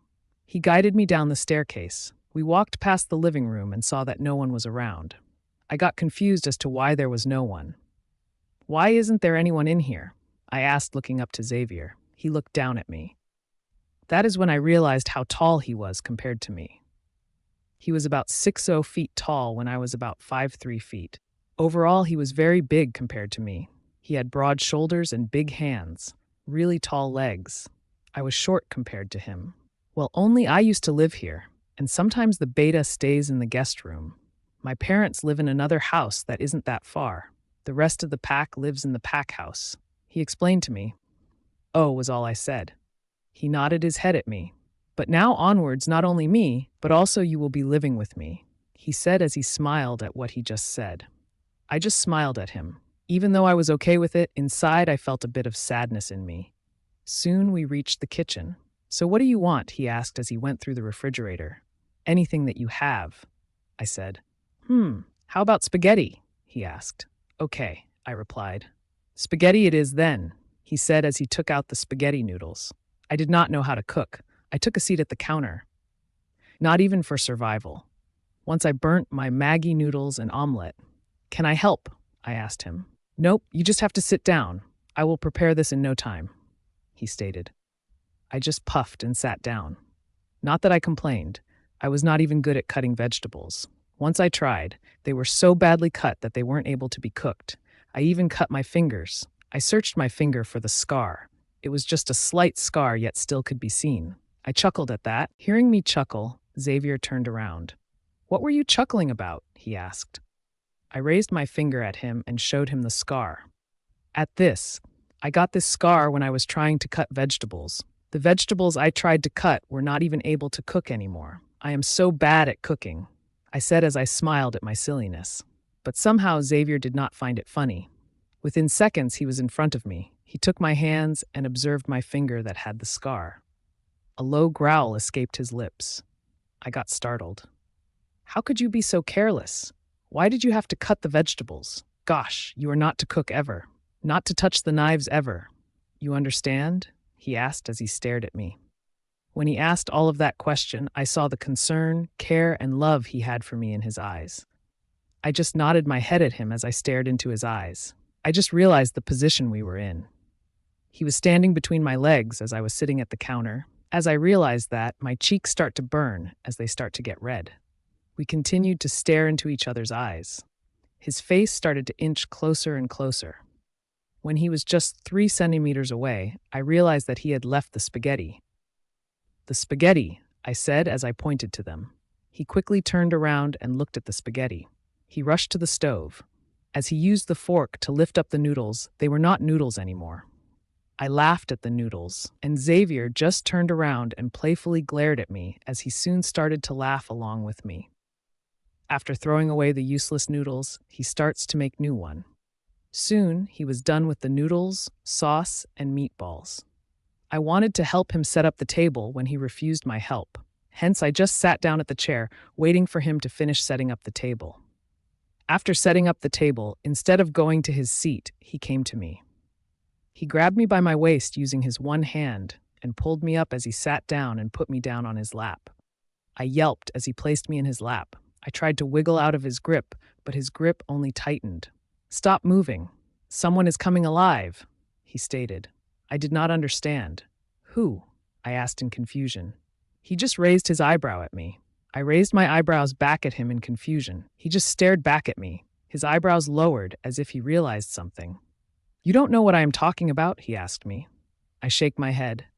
"My innocent little baby girl," he whispered softly at my ears where tingles form. I just laughed. He soon broke out from his daze and picked up the spaghetti and started to feed. I turned my head from him and started to giggle. "I can eat myself," I said, giggling. "I know, but I want to feed my baby girl. And also your wrist is hurt," he said as he pointed at the cast on my wrist. I puffed out as I gave up. "Can I at least sit down at the chair, please?" I asked him while pouting. He just sighed and nodded his head. As I sat in the chair, he continued to feed me. Bella's POV. As he continued to feed me, I started to think. My life has changed 180 degrees. I have to stay here forever. Even though I am happy with it, I'm still feeling sad. All my life, I have worked hard to get that 1 degree and work. I have made so many sacrifices. I never get to enjoy my life like other teenagers. I worked extremely hard. I had rejected every time my friends asked me to loosen up a bit. I studied day and night while working at the café, paying for my university and getting a living on my own. Just when I had the taste of freedom, I got pulled back again. Even though I'm happy to be with a man like Xavier, this is something I have worked all my life. My dreams, aspiration, and aim, everything is being shattered. And my friends, Alec and Avery, they must be worried sick about me. I miss them so much. I did not realize someone was calling until I felt like someone was shaking me. I snapped my head towards the person who happens to Xavier. "Bella, are you okay? Why are you crying? You don't like the food? I can make you something else if you want," he said as he wiped the tears that I did not realize about. I shook my head at him. "It's nothing," I said to him and faced down. "Then why are you crying?" he asked me again. I shook my head at him. A growl escaped his lips. "Bella, tell me, why are you crying? Now," he ordered. But I just kept quiet. If he knew why I was crying, he would think I would leave him. I did not want that. He started to growl again. I flinched when he growled. He quickly placed the fork down. He picked me up and threw me over his shoulder and took off. Before I could apprehend what was going, I was being thrown in his bed. When I got up from his bed, I saw him locking the door, and in milliseconds he was in front of me. I tried to move away, but he grabbed my waist as he made me straddle his waist and locked with his arms. "Bella, tell me, why were you crying before I make you tell me?" he said in a dangerous voice. I continued to stay silent. "Ugh," he said in frustration. "Why would you not tell me? Don't you trust me? Were you lying when you said that you trust me?" he asked as I saw anger and pain in his eyes. I quickly shook my head. "No, I trust you. It's just that." I trailed off. "It's just that what?" he asked me. I sighed. "I'm afraid of what you would think," I said to him truthfully. "Do you love so someone else?" he asked as I felt so much pain in his voice. "What, no? I don't love someone else," I told him off. He let out a sigh of relief. "Then what is it, love? If you are thinking that I would get mad, then I promise that I would not. I promise. Please tell why you were crying. It hurts me to see you cry," he said as if he was physically in pain. I let out a sigh. Guess I have to tell him. At least he might understand me then. I am going to be truthful to him. I shall tell him everything about me. I just wish he would not be ashamed of me. I want to tell you everything about me, if it's okay with you. I asked just in case. "Of course you can. I would love to know everything about you," he said with amusement in his voice. If only he said this when I was done telling about me. I took a deep breath and began. My parents died when I was 9 years old. I was the only child. My parents had eloped and married, and hence I did not have any relatives. So I was sent to the orphanage. It was not the best place to grow up. All they did was send us to schools, and I am grateful for that. But there were times where I had to starve. The people and kids often treated me badly. I remembered being starved for days. They would remind me of how unlucky I was, and that's why my parents passed away. The only thing that made me go on was getting out of that place. So I studied really hard. They even start to call me names for that. I cried every day. But it all paid when I got to skip a few years in high school and go to college. But when I told this to my warden lady, all she did was laugh at me. That day was the first time she slapped me. I remembered crying the entire night. I felt like I was being caged. The only thing I did was go to school and go to work and come back to the orphanage. Once when I tried to go to the library to borrow some books, as I loved to read books. As I came back to the orphanage, my warden was very angry at me that she beat me up, saying I disobeyed her, and locked me up for a few days. I cried, hoping someone would hear me, but none came. But it got better when I entered college, my dream. The people I met there were nicer. I even made friends. When I turned 18, I bought my little house and got out of the orphanage. It was a dream that came true. I had friends whose family treated me like their own daughter, a future to look forward to. My own house. I was soon to graduate. I even get to finish my degree at my college. But now that I am here, I miss all of them. It's not that I do not like being here. It's just that I miss my old life back there. I said finish as I looked down. He probably hates me now. Gosh, what have I done? I felt like my tears were getting heavier. I did not want to look up at his face that had hatred towards me. But I felt his right hand cup my left cheek and lift my head up. As I looked up at his face with hesitation, I was shocked. Bella's POV. What I saw shocked me. His eyes did not have any hatred. He was staring at me with love, care, concern, pity, determination, and pride. I did not understand. "I am sorry that you had to go through all this. I wish I was there to protect you. Gosh, I am such a terrible mate," he said as he started to blame himself. "No, you are not. It's not your fault. Please do not blame yourself, please." I tried to tell him. "How is it not? I was not there when you were hurting," he said back. "But you are here now. That is what matters," I said, trying to stop him from blaming himself. He just let out a sigh. To make him feel better, I hugged him and rubbed his back and said, "It's not his fault."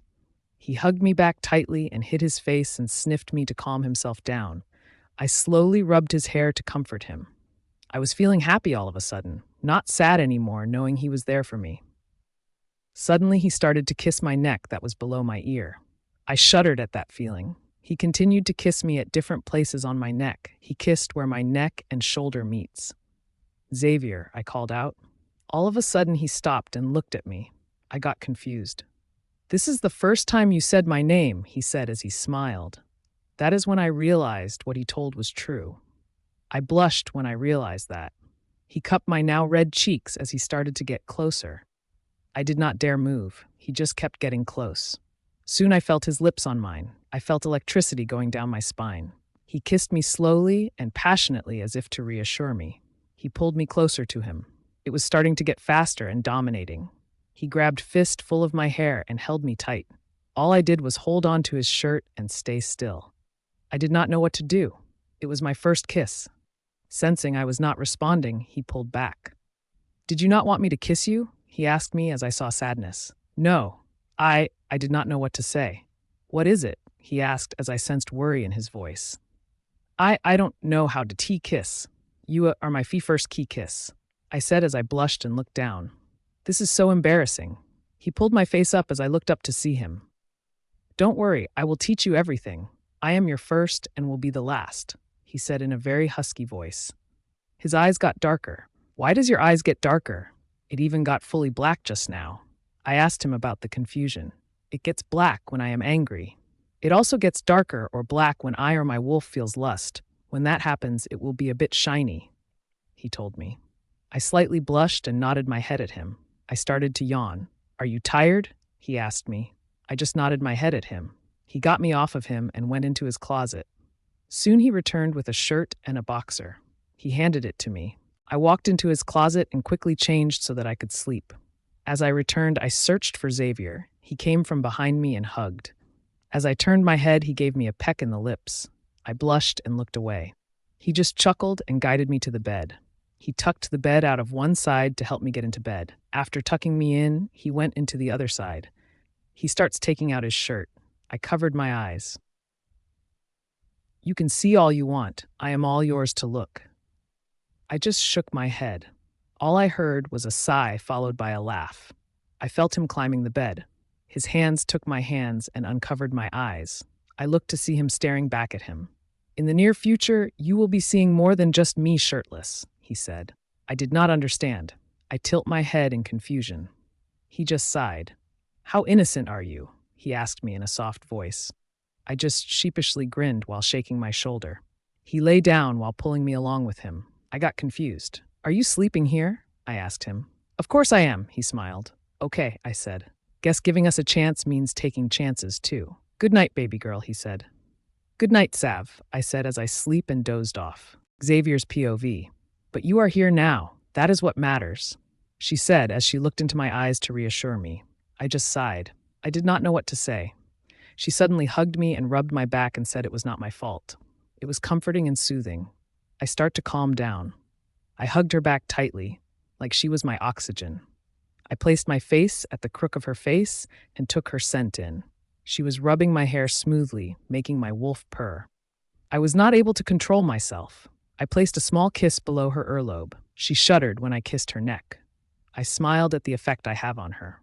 I started to kiss down her neck and everywhere else in her neck where I could find place. Slowly, I kissed at the crook of her neck, where I would mark her one day. When I kissed her there, Xavier, she called out to me. I froze. I looked at her face. This was the first time she had said my name. The way my name rolled out of her tongue, it just beautified my name. I wanted to keep hearing my name coming out of her lips. "This is the first time you said my name," I said to her with a smile. She starts to think about it. When she realized that, she started to blush. Seeing her blush made me go crazy. I cupped her red cheeks and started to lean in. She did not stop me, nor did she back away, which encouraged me. Soon my lips found hers. It was heaven. I wanted to continue kissing her forever and ever. Her lips tasted like vanilla and felt like rose petals. Electricity was running down my veins. My heart was beating as fast as a bullet train. I kissed to show her that I will always be there. Soon I was kissing her at a fast pace. I wanted to show her how much I love her. I hold her tight to keep her close with me. I wanted to show she is my everything. She clutched my shirt with her tiny fingers. That is when I realized she was not kissing me back. I got scared and was also sad. Did she not like that, or me? I started to pull away from her. "Did you not want me to kiss you?" I asked as sadness engulfed me. No, she stuttered. What is it? I asked as I was worried that she doesn't like me. I don't know how to key kiss. You are my first key kiss, she said as she blushed and looked down. I was shocked. I am her first kiss? This is awesome. I was literally doing a happy dance in my head. I am her first kiss. Woohoo! I took her face and made her look up to me. Don't worry, I will teach you everything. I am your first and will be the last, I said as my eyes got darker. Just imagining it made me hard. Why does your eyes get darker? It even got fully black just now, she asked me. Guess I gotta answer her. It gets black when I am angry. It also gets darker or black when I or my wolf feels lust. When that happens, it will be a bit shiny, I said to her. She blushed and nodded her head at me. Then she starts to yawn. Are you tired? I asked her while raising my eyebrows. She nodded her head at me, indicating that she was tired. I got her off of me and went to the closet to get her something to change. As much as I love seeing her in my clothes, I need to get her something more comfortable. I returned and gave her my shirt and a boxer. Everything in my closet is too big for her. She is so small. She took them from me and went into the closet. I was waiting for her outside the closet. When she came out, she started searching for me. I smiled at that. I went behind her and hugged her. As she turned around, I pecked her lips, which made her blush and turn around. I just chuckled at her and guided her to bed. I tucked the comforter out and helped Bella get into bed. After making sure she was comfortable, I went to the other side of the bed. I started to take my shirt out to get ready for bed when I saw Bella covering her eyes. I chuckled at her behavior. You can see all you want. I am all yours to look, I told her, amused. She just shook her head.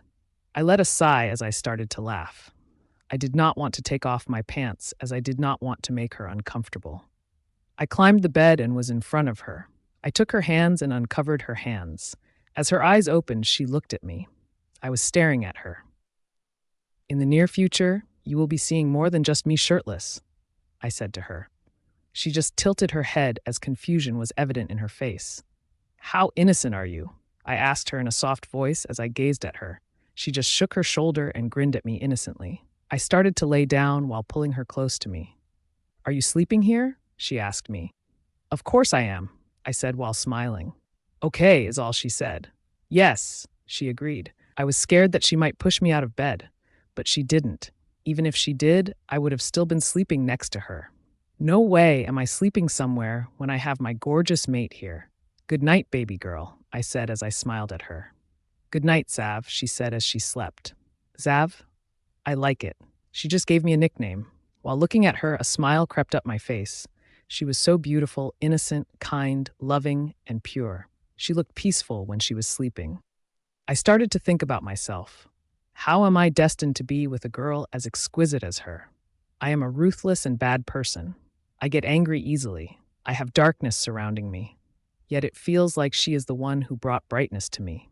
How a person like me is fated to be with her. Only the moon goddess knows the answer. But no matter what, I will never ever let her go. Call me selfish, but that is who I am. I promise that you will forever and ever will be mine, I said as I hugged her tight and went off to sleep. Bella's POV. I felt something soft underneath me. I cuddled into it more. It was so warm and comforting. I heard a heartbeat coming from the pillow. That is weird. I felt something soft stroking my cheeks and warm air at my forehead. As I slowly opened my eyes, I saw Xavier gazing at me lovingly. I realized that my head was resting at his chest and my legs were tangled with his while we were cuddling each other. Sensing our position, I start to blush. When he saw this, he let out a chuckle.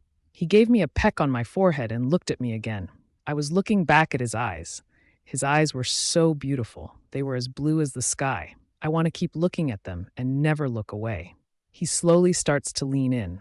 When I realized what he was about to do, I turned my head away. What happened? Did I do something wrong? He asked me in worry and sadness. I quickly shook my head.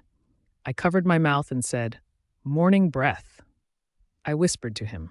Once those words left my mouth, I saw him hovering above me while I was under him. Love, I don't care about your morning breath. You can't stop me from kissing that sweet little mouth of yours. You understand? He told me with a husky voice. I nodded my head at him as my face turned red. He quickly wasted no time as he started to kiss me. I just stay not knowing what to do. He pulled away and cupped my cheeks. Just follow me, okay? I nodded my head as he started kissing me again. I did what he told me to do. I followed him. Soon I knew how to do it and start kissing him. At first it was slow, but then he started to pick up the pace. We were panting when we pulled away. I start to blush and smile. He cupped my cheeks and made me look at him. "Did you like it?" he asked as he looked at me amusingly. I nodded my head at him. "Use your voice, love," he said to me. "Yes, I did," I said, blushing. "Good, because you will start loving it soon," he said. I just buried my face at his chest due to the embarrassment. He just chuckled and went to the side as he hugged me. I wanted to shower. "I want to shower," I asked him as I glanced at him through my eyelash. He looked at me. "Sure. Let me get you some clothes," he said as he got up and went into the closet while I was laying down. Maybe I could ask him if at least I could see my friends. I really miss them a lot. Maybe I could give it a shot. He came back as he gave me a pair of sweatpants that was quite big, a button-up shirt, and some undergarments. I blushed while he handed them to me and got confused soon after. "I got some of the maids to get these for you from the guest room. They are new, don't worry," he said. I nodded at him and went towards the bathroom. I got stopped by Xavier. "Do you want to save water?" he asked me. "How?" I asked him, confused. "Well, we can take shower together. That way we can save water," he said as he smirked. I quickly blushed and turned away and ran to the bathroom and shut the door. I was leaning at the door when I heard him laugh and the shut of the door. I quickly stripped and went to take a shower as I used Xavier's soap and shampoo. I was done showering and brushed my teeth with the spare toothbrush there. I wore my clothes and came out. As I entered the room, I saw Xavier entering the room with only a towel wrapped around his hips. I squealed and turned around, covering my eyes. Soon I felt his presence behind me. "Love, I already told you I am yours to look. You can look all you want," he whispered huskily at me. I just shook my head at him. He sighed as I felt him go to his closet. I opened my eyes and saw him coming out of the closet, all dressed. That was really fast. When he came, he hugged me and gave me a peck in the lips. He sniffed me again. "You smell so good using my soap and shampoo," he said. "Thank you. Why do you keep sniffing me?" I asked him. It was kind of weird. "Well, love, firstly, you smell heavenly. Secondly, your smell is intoxicating. And lastly, you are mine to smell," he stated. I just nodded my head at him. Then I thought of asking him of my friends. I have to ask him slowly. I don't want him getting angry. Can I ask you something?" I asked him. "Sure, love. How about we go to my office?" he asked me. I nodded my head as we went to his office.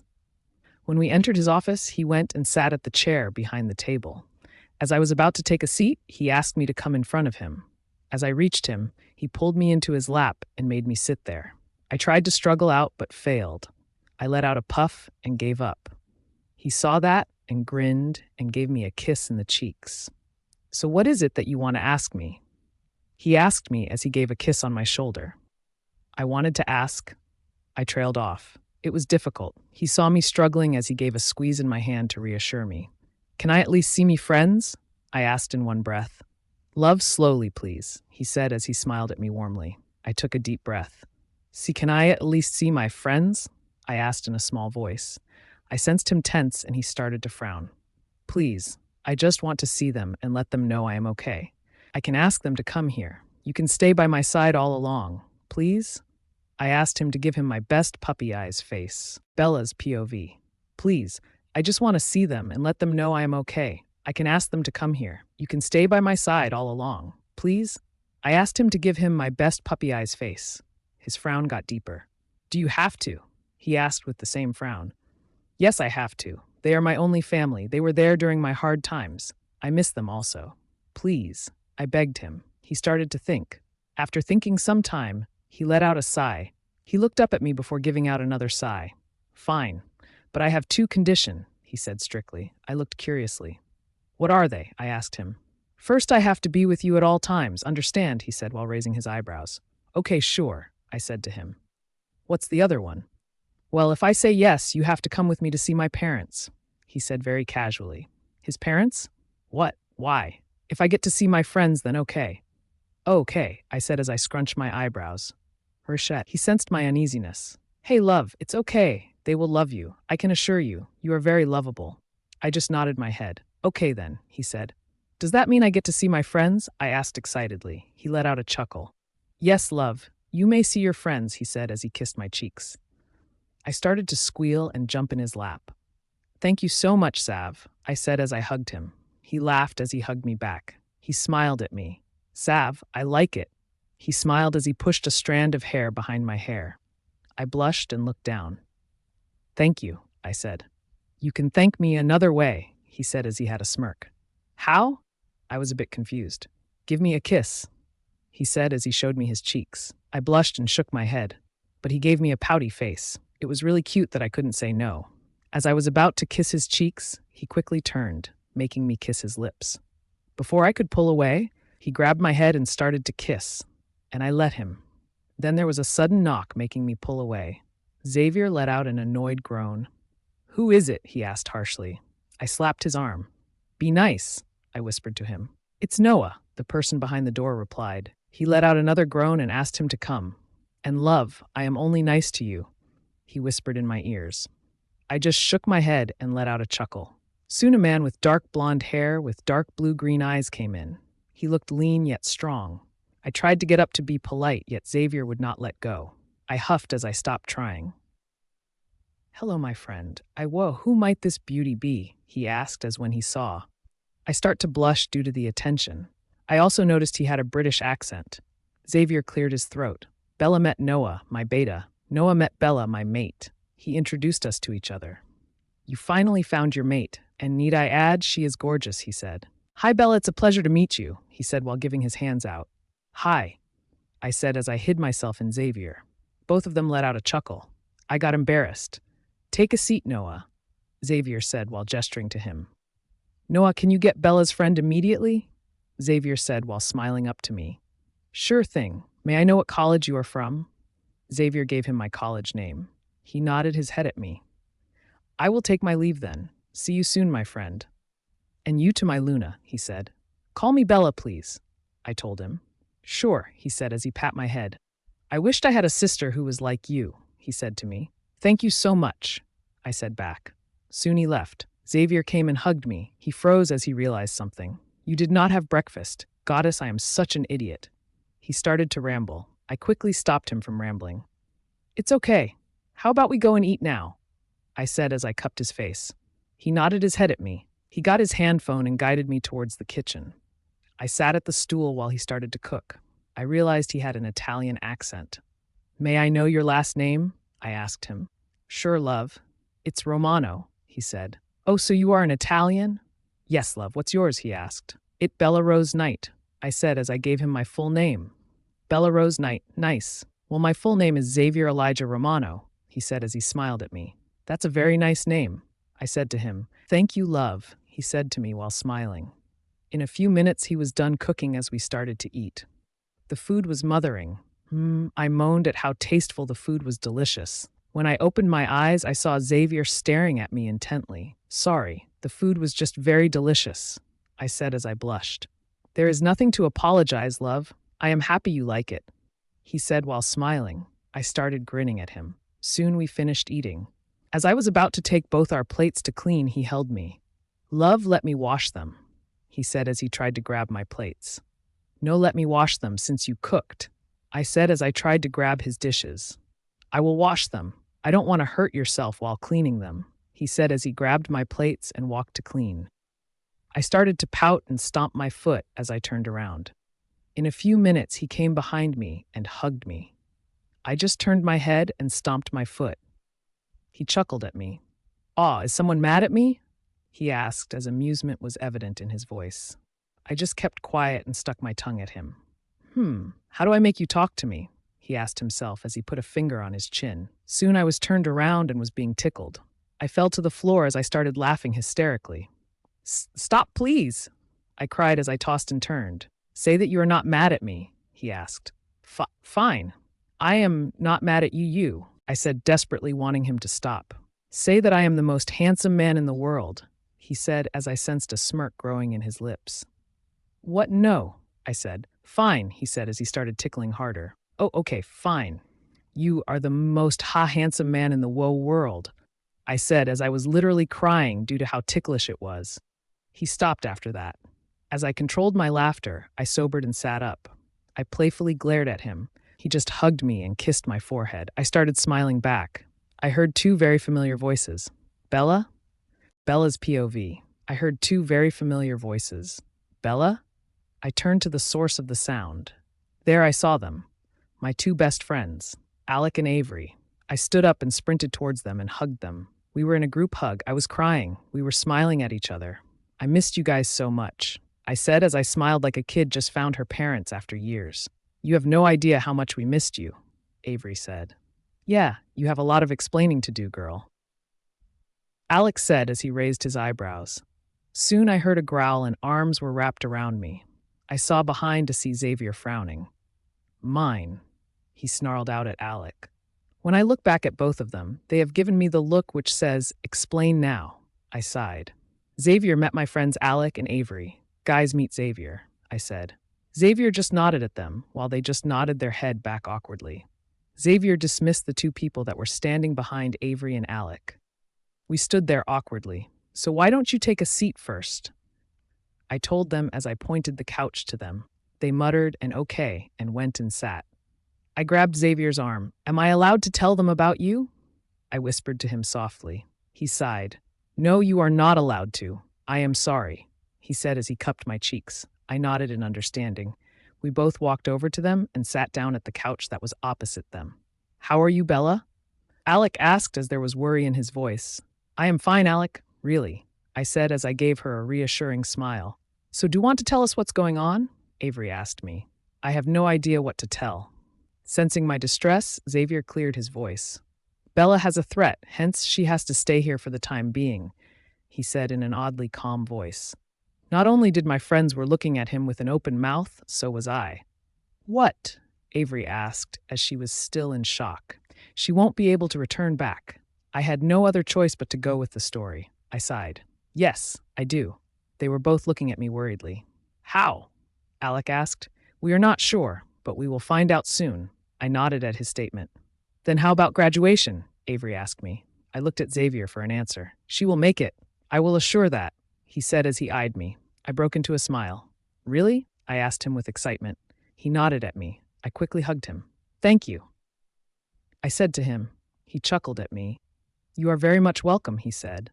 As I turned back at my friends, they were giving me a knowing look. I don't understand. I just avoided that look. I did not know what to say. I can't tell them that we are mates. So what are we? I sighed as I thought about it.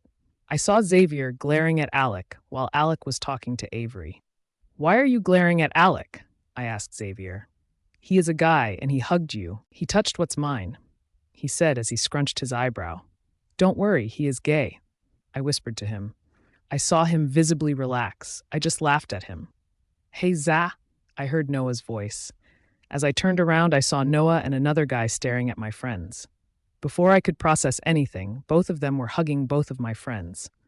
I looked at Xavier with confusion, only to see him smiling at what is happening. Noah was hugging Avery, while the other guy was hugging Alec. I was really confused. Alec and Avery were confused on what was going on. What's going on? I asked Xavier. Your friends are both their mates, he said. Not only that, they are both werewolves too, he told me. What? I shouted. My friends are werewolves. How? Why did they never tell me? As I turned around, the four of them were standing in a straight line. Both Alec and Avery had their head down. You both are werewolves too? I asked them. They just nodded at me. Then why didn't you guys tell me? I asked them in a soft voice. I was not angry at them. I was just sad that they did not trust me. We couldn't. We were not allowed to tell the humans about us. We are sorry. Alex stated. I understand. It's okay. You don't have to apologize. I understand your situation, I said to them as I smiled at them. You are not mad at us? Avery asked me, shocked. No, I am not. You guys are my best friends. I would never be mad at y'all, I assured them. They smiled back at me. Sorry for interrupting. My name is James. I am the Gamma of the pack. The other guy introduced himself to me. I smiled and nodded at him. Soon they were dismissed to interact with their mates. After they were gone, Xavier and I headed back to our room where I was pulled into a hug by Xavier. "That was very nice of you," he said to me. "They are my friends and they were always there for me. I understand why they had to hide," I told him. He smiled at me understandingly. He was staring at me intently. I blushed at his stare. Soon his eyes darted to my lips. He started to lean in to kiss me. Soon his lips were on mine. The kiss was slow and sweet. We started to walk back, and soon I was laying in the bed with him on top. He pulled away and looked at me lovingly. "Thank you," I told him, still staring at his eyes. "For what, love?" he asked. "After a long time, I feel special, and that is because of you.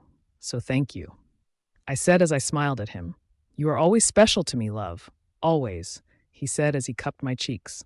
I smiled at him. Soon we drifted off to sleep. Bella's POV. "Love, wake up." I heard a deep voice call out as I heard someone stroking my cheeks. I stirred before stretching my body and opened my eyes. As I opened my eyes, I saw Xavier smiling at me. I gave him back a smile. He just chuckled at me. "Sorry to wake you up, but you promised me that you will meet my parents over dinner." I suddenly remembered that and jolted up. I smiled at him excitedly. I always loved meeting people's family. Maybe it's because I don't have one, but it always excites me to meet families and get to know them. It makes me happy to see a happy family. Seeing my excited face, Xavier gave me a confused face. "You are excited to see my family?" he asked me. I nodded my head at him. "Wow, I thought you would be nervous," he said with a questioning look. "I like to meet families and get to know them. I get to know what it is like to have a family," I said as I looked down. Seeing this, he squeezed my hands and made me look at him. "My family would be more than happy to know this angel is my mate, mio amore," he said with a big smile on his face. I just realized he had an Italian accent. I gave him a questioning look, not understanding what he said. He just laughed at me. That is when a question popped in my head. Without thinking, I asked him the question. "Xavier, what are we?" I asked him, as I tilt my head in confusion. "What do you mean? We are mates," he said, as he also got confused. "I know that, but does that make us, you know?" I trailed off, not knowing what to say. I guess he understood what I mean. All of a sudden, he was kneeling in front of me as he cupped my face. "Bella Rose Knight, would you do the honor and be my girlfriend?" he asked as he tried to speak in British accent. I laughed as I nodded my head at him. He picked me up and swirled me around. I feel so happy. I don't know when was the last time I was so happy. I started to tear up. Seeing this, he placed me down and cupped my face. "Love, why are we crying? Did I do anything wrong? Did I rush you into this relationship? Oh, goddess, I am sorry. Please don't cry," he rambled, trying to calm me down. I shook my head as I took his hands onto my smaller ones. No, it's not your fault. I am just very happy. I just don't know when I was the last time I was this happy. And now I am happy because of you," I said as I cupped his face. "Mio amore, I will do anything to make you happy. Anything. You're mine. And I make sure you are happy and safe. I will cherish you and protect you, even if that cost my life," he said softly as I saw the sincerity in his eyes. "Thank you so much for everything," I said as I kissed his cheeks. He just smiled at me.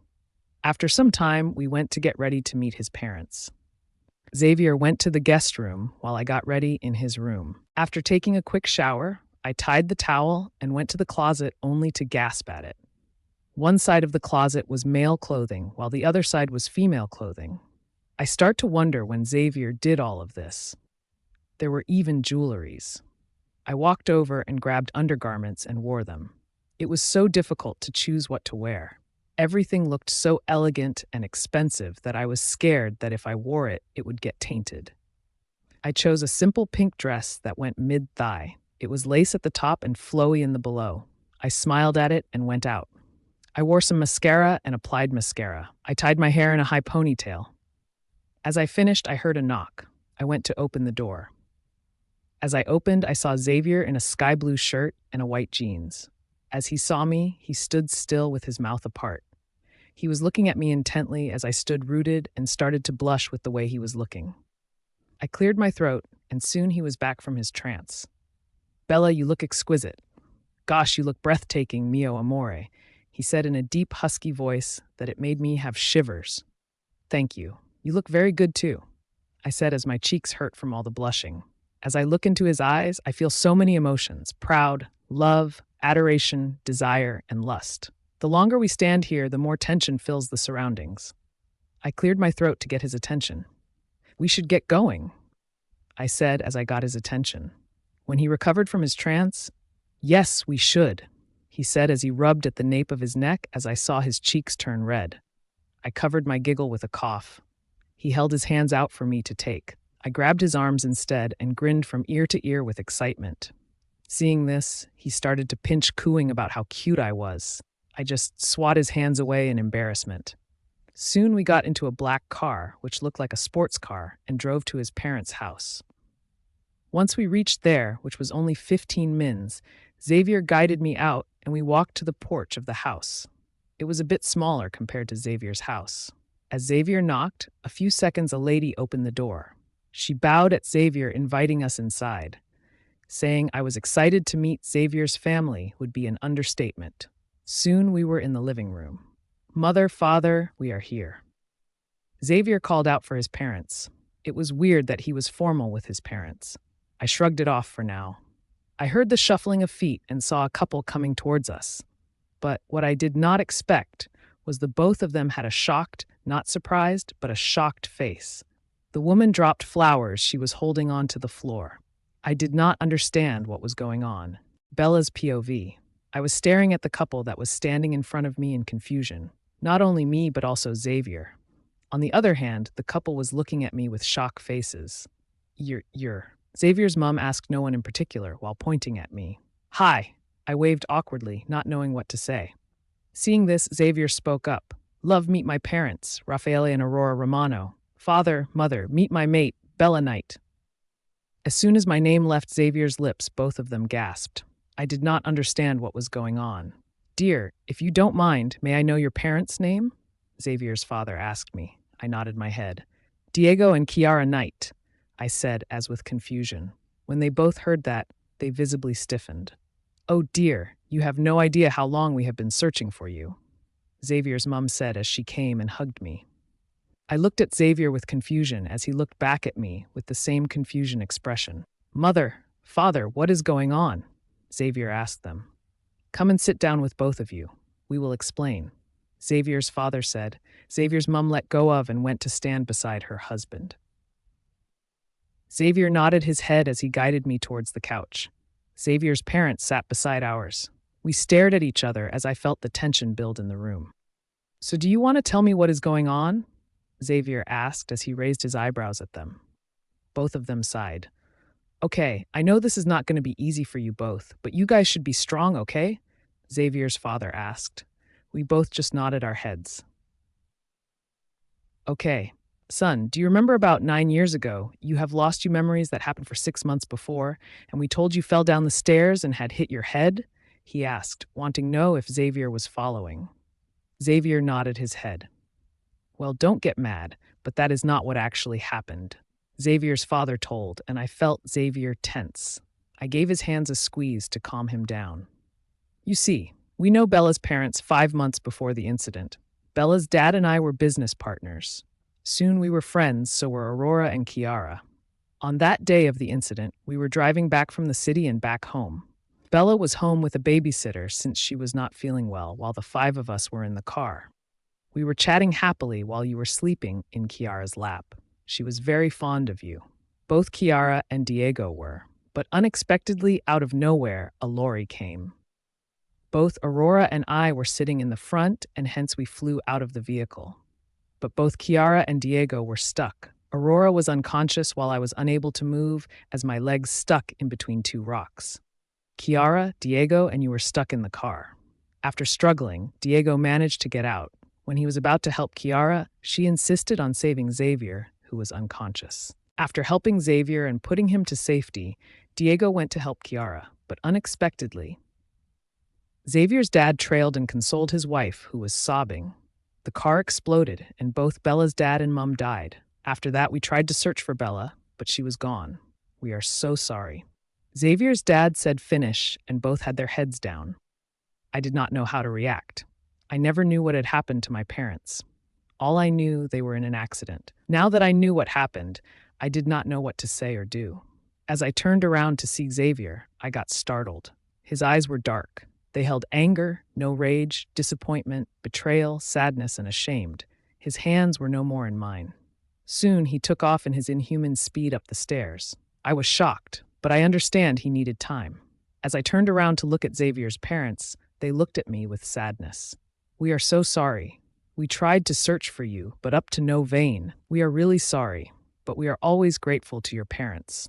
If not for them, we would not have our son today," they said sincerely. I nodded my head at them understandingly. They knew I needed time alone, so they left me alone to collect my thoughts. I did not know what to think, but I know one thing for sure. My parents were heroes. I am sad they are not here with me, but even during their death, they saved someone, and I am proud of them. Suddenly, I heard noises of something crashing. I got startled by it. Something in me knew it was Xavier. I just realized he also must be upset by this news. He needs me as much as I need him now. I climbed up the stairs and walked into the dark hallway. I am not sure where he was until I heard another crashing sound. It was coming from the last door of the hallway. I walked slowly and gently. I did not want to make any noise. Soon I was in front of the door. I am not sure what to expect from the other side of the door, but I know that he would never hurt me. With that confidence, I pushed open the door. Once I opened the door, I gasped at the sight in front of me. Bella's POV, but I know that he would never hurt me. With that confidence, I pushed open the door. Once I opened the door, I gasped at the sight in front of me. The room was upside down. Tables flipped over. Holes in the walls. Glasses shattered over on the floor. Curtains torn apart. I was barely able to see anything in the darkness. But with the help of the moonlight, I saw a figure that was sitting in the bed. Xavier. He had his hands on his head. His shirt was crumpled. The sight of him shattered my heart. He looked disoriented. A lone tear left my eyes at the sight. I slowly made my way over to him. While walking there, a glass piece pierced through my thin sandals. I tried not to make a sound so that I wouldn't startle him. When I was in front of him, I kneeled in front of him. I placed my hands on top of his, bringing his hands down. I gasped when I saw his face. He had dried up tears. My heart clenched at the sight. He looked so vulnerable. His hands were shaking. There was blood on his hands. I did not know what to do. I was engulfed into a tight hug. His head was in my chest as I patted his head. He cried on my arms, and I let him. After some time, his cries died down. I had his head in my hands. I wiped the tears away. He would not look at my face. "I am so sorry," he kept repeating. I did not understand what he was apologizing for. I tilted his head up so that he would look at my face. "What are you apologizing for?" I asked him. "I am the reason why your parents died. They died trying to save me. You have to suffer all those years because of me. I am not worthy of it, Bella. You deserve to be happy. I am so sorry," he said as he lowered his head. I was shocked to hear his response. "Oh my God, Xavier, why would you think like that?" I asked, as my voice clearly had evidence of shock. He looked at me with shock. "You are not upset with me? Aren't you angry with me?" he asked me. "No. Why would I be angry with you?" I asked him. "I am the reason your parents are dead," he yelled as he stood up abruptly. I got startled. I walked over to him and hugged him from behind. I sensed him relax. I walked in front of him and cupped his face. "It is not your fault. I am proud of my parents. They died as heroes. They may not have been with me for the past 9 years, but I will cherish the memories of them. With you, you are always worthy of everything. Always. I will never be angry with you for that. When my parents saved you, they gave me a future. You are my future, Xavier," I said as I looked at him with determination and sincerity. He had a blank face. He engulfed me into a tight hug. It was as if he was making sure it was real. He never wanted to let me go. After some time, he looked at me as he cupped my face. "What did I do to deserve an angel like you?"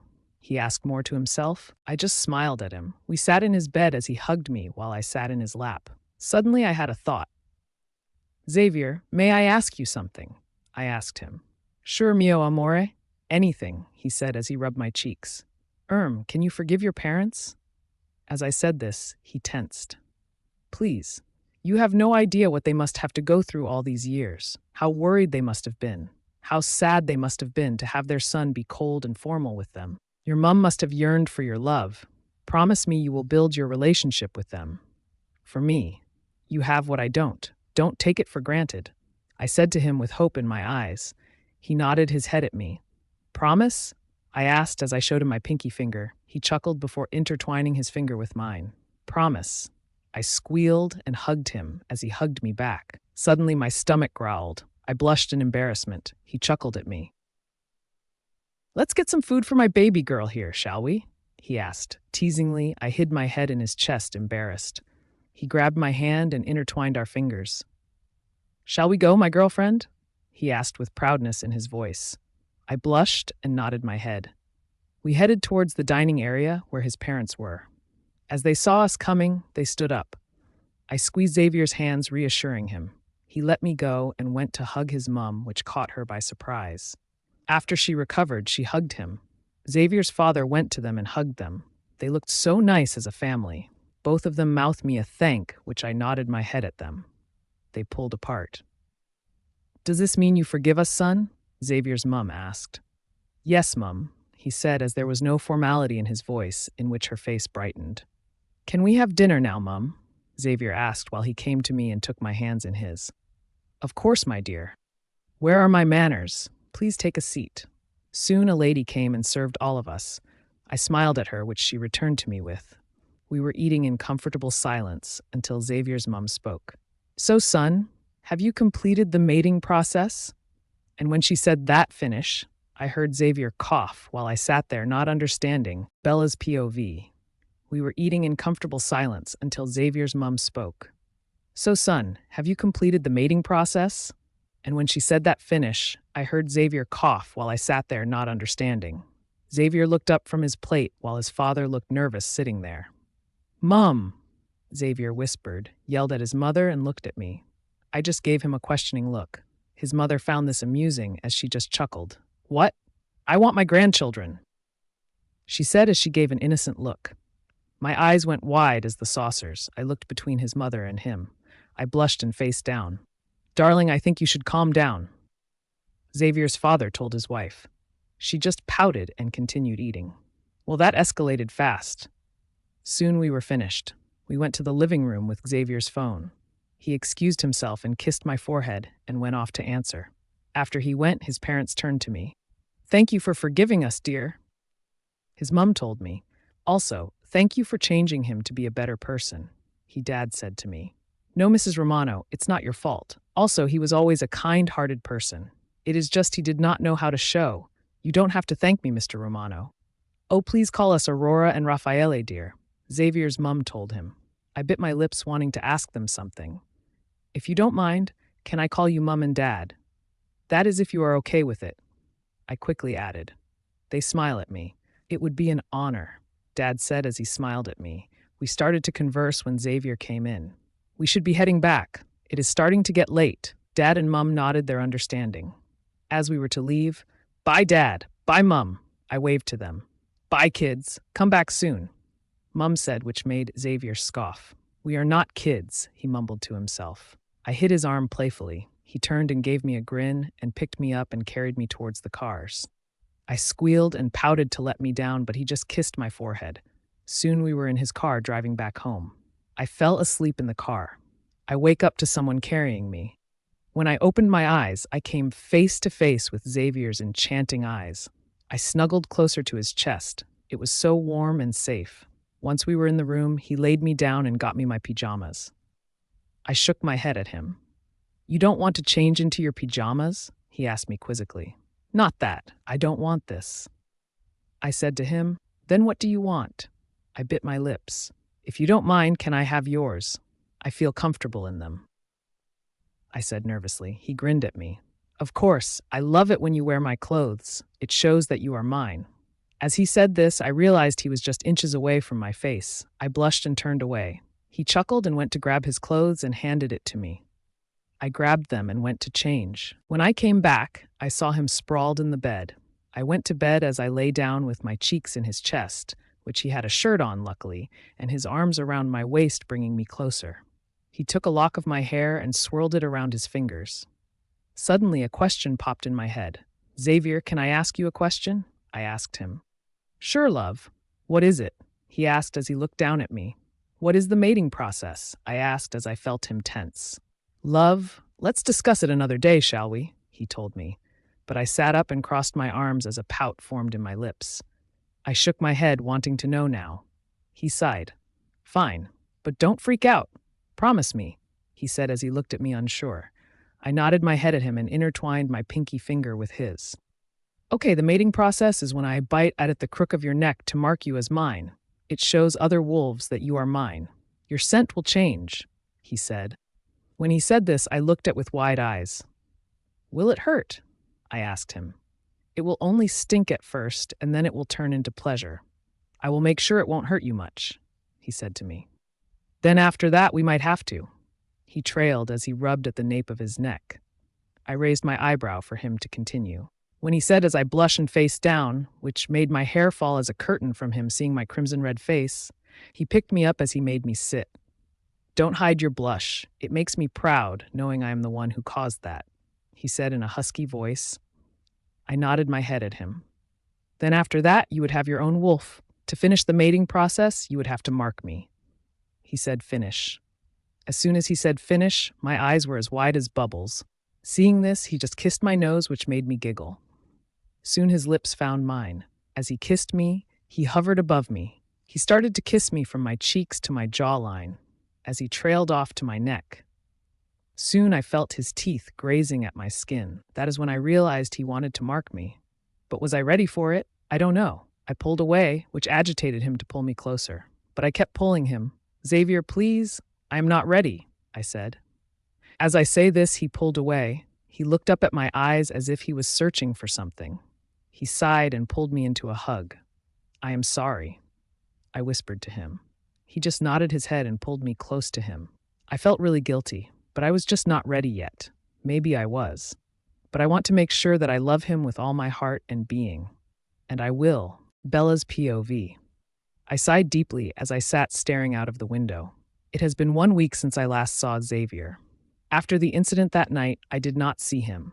When I woke up, he wasn't there, and when I asked the guards, they said he had gone to take care of the job. I shrugged, thinking it was urgent. But since that day, I have yet to see. I miss him a lot. It physically pains me not seeing him. I know he has been avoiding me, and I am the reason. I cry softly to myself. I really miss her. His childish pout, his $1,000,000 smile, small stubble in his jaw, and mostly his blue, stormy eyes that held so much love when I looked into it. I felt so safe in his arms. Now without him, I feel so cold and lost. He can yell at me, and I would not care. I miss his touch and smell. His absence is literally killing me. That is when I realize something. I love him. I love Xavier Romano. I smile as I realize this. I love him. Gosh, how foolish have I not realized this? I quickly got up from my seat, pacing around with excitement. I also realized that today was February 14, Valentine's Day. I got an idea suddenly. I thought of a surprise to tell him I love him. Every day he would come home at about 12 a.m. in the night after I slept. The guards once told me this. This is the perfect timing. I went to the gardens and picked flowers and used them to decorate the room. In the middle of the bed, I used the petals to write, "I love you, Xavier," and put a small heart. I wanted to try and do something for him, so I decided to do brownie as he once told me he liked them a lot. I took the necessary ingredients and started to bake. When I was young, my mom and I would love to bake. I would end up having flour all over me. Once I was done, I took out the brownie and placed it at the middle of the heart in the bed. I quickly went to take a shower. I got Xavier's favorite color black dress. It was backless and the straps went around my neck as the dress flowed to my mid-thigh. I sat at the couch as I waited for him. Xavier's POV. I stared at the silver door in front of me, where a rogue that was captured is tied up. I took a deep breath. It has been 1 week since I saw Bella. That day, when I was to mark her, she rejected me. It hurt to know she doesn't love me. I have yet to hear her say it. I was too scared to face, afraid that I would show her how much she had upset me, which will upset her, and I don't want to see her upset. I took a deep breath as I went into the room. They sat tied up in a chair, a bloodied rogue. No matter how beaten up he was, he had a sly smirk. "What are you doing in my territory?" I barked at him. He just laughed like I told him something funny. I threw a punch in his face. He splat blood out. "Tell me," I roared. He just shook his head. "You alphas think you guys are almighty. You want to know why I came? Well, you see, I heard you have met your mate, so thought, why not pay her a visit? But it seems you have yet to mark her. I could smell her miles away. He said as he licked his lower lip. I was in rage. No one is allowed to talk about my Bella except for me. She is all mine. Mine. I started to punch him furiously. As I stopped, he laughed again. "I wonder why you have yet to mark. Well, I know. She does. Not love. You. She might hate you for all we know, because you are a monster. She knows that. She will never love you. Let me repeat. She will never love you."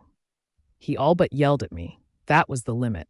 I ripped his heart with my bare hands and dropped it on the floor as his lifeless body collapsed on the floor. I went out as the guards rushed inside to clean the mess. Noah tried to talk, but nothing went into my head. She will never love you. It kept repeating in my head. I ran into the forest as I shifted. Damien was wailing at the thought. As soon as I saw the house, I shifted to my human form and grabbed a basketball shorts nearby and put it on as I barged into the house. Bella's POV. It was 11:45 p.m. I got thirsty, so I went to the kitchen to get some water. As I opened the cabinet, I tried to reach for the glass, but I was too short. I jumped but unable to. Soon I felt heat behind and felt a presence behind me. From the tingles, I knew it was him. I bit my lip as I was startled. I did not know what to do. He was just standing there. I slowly turned around to be met with his bare chest. As I lifted my head, I gasped. He looked different. His stubble grew a bit longer. His face looked disturbed. What was worst is that my favorite eyes, they looked bloodshot. They had anger, sadness, hurt, and despair. I gulped as I took in the sight. I tried to cup his cheeks, but suddenly he grabbed my waist and pulled me into a kiss. It was hurting, rough, dominating, and anything but sweet. It was not like the others. He squeezed me so tight that I was unable to breathe. I tried to pull away to breathe, but he just held me tighter. After struggling some time, he pulled away as he hugged me. It was as if he won't even let air pass, as if I would go along with the air. I was confused as to what is going on. That is when I felt something hot and wet in my shoulder. Bella's POV. I was confused as to what is going on. That is when I felt something hot and wet in my shoulder. I pulled away as I cupped Xavier's face. He was having tears. He wasn't crying or sobbing, but tears were flowing. I grabbed the chair and made him sit down. I cupped his face, making him look at me. "Hey, what's wrong?" I asked in a soft voice as if speaking to a child. "You don't love me. You will never love a monster like me. I am not worth your love. I don't deserve it." He kept rambling. It was like he hated himself. My eyes start to tear up at his vulnerability. How can he even think himself as a monster? "Look at me. You are not a monster. You understand?" I told him sternly, as if a mother is talking to her children. "You don't think I am a monster?" He asked me as he bit his lips with shiny eyes. He reminds me of a small puppy. How can he think of himself as a monster? I shook my head at him as I smiled to reassure him. Do you love me then?" He asked me with so much hope. I just bit my lip as I thought of the surprise upstairs. Seeing this, his face drop. I grabbed his hands and tugged him to stand. With a confused face, he stood up. I dragged him along upstairs as he followed like a lost puppy. All the while, he held on to my hands tightly. Soon we were in front of our room. I was standing there nervously, biting my lips. "Mio amore, what is it?" he asked as he bent down and cupped my cheeks. I gathered all my courage. "Open the door," I said softly. He gave me a confused look before twisting the door and went inside. Xavier's POV. As I opened the door and entered, I gasped. There were candles and roses. It was unbelievable. The room was dark, yet there was light from candles and the moon. I was mesmerized by everything. But what surprised me most was that in the bed it was written, "I love you, Xavier," in rose petals with a heart and a plate of brownie. As I turned around, I saw the most beautiful person standing there nervously with her head hung low, and even with the limited light, I could see the blush in her face as she bit her lip to control it. I hadn't realized the dress she was wearing. It was a black dress, my favorite color. It was backless as the straps around her neck. She was gorgeous. I went to her at an inhuman speed and was engulfed into a tight hug. I start to pepper her face with kisses. I hugged her tightly, so tight that not even air could go through us. Say it. I slowly growled out, wanting to hear it from her lips. I love you, Xavier, she said. She pulled me as she cupped my face. I love you so much that it physically pained me when you were not here. I was lost without your arms around me that made me safe. I am so sorry that I did not realize this before, but without you, I feel like there is no air for me to breathe. I feel so cold without you. I would love you till my last breath, I promise. She looked into my eyes with love. I was speechless after she spoke to me. She loves me so deeply. She loves me so much. I took her in my arms and spun around. I was in cloud 9. So happy. As I let her down, I cupped her face. You made me the happiest man alive. I am so fucking happy. Whoa! I screamed. She chuckled at my behavior. Both Damien and me were elated. Damien was jumping around in happiness. She took me and grabbed my hands, bringing me to the plate. She took the brownie plate and gave it to me.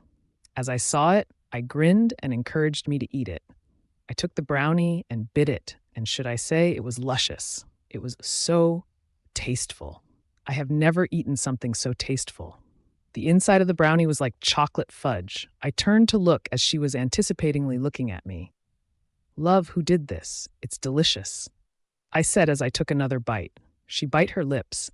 It's something she does when she is nervous of blushing.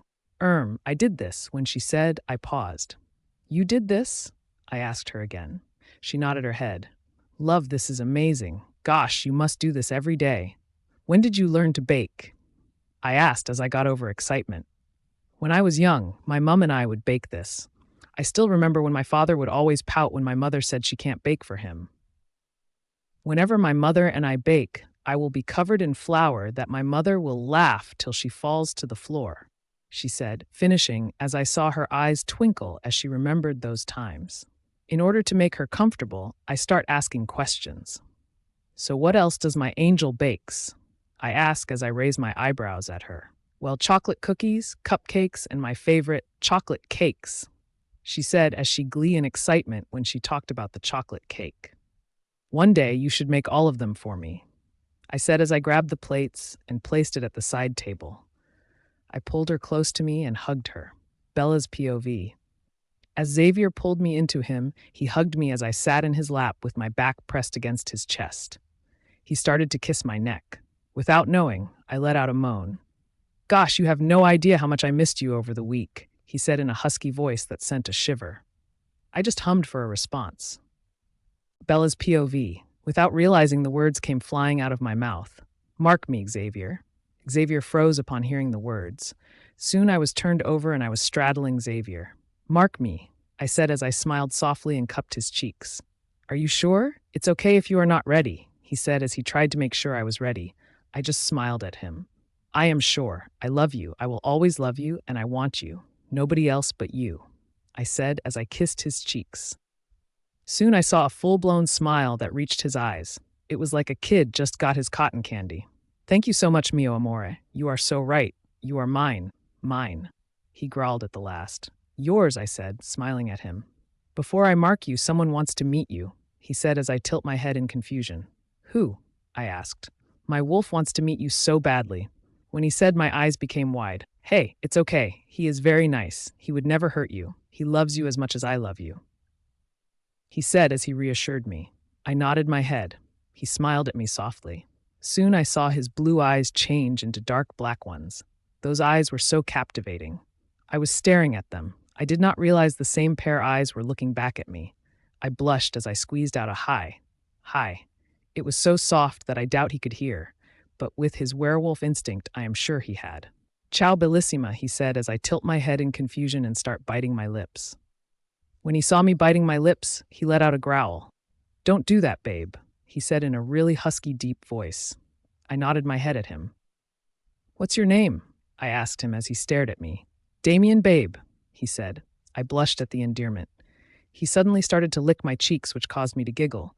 I kept giggling and asking him to stop, but he just continued. After some time, he stopped. I playfully glared at him.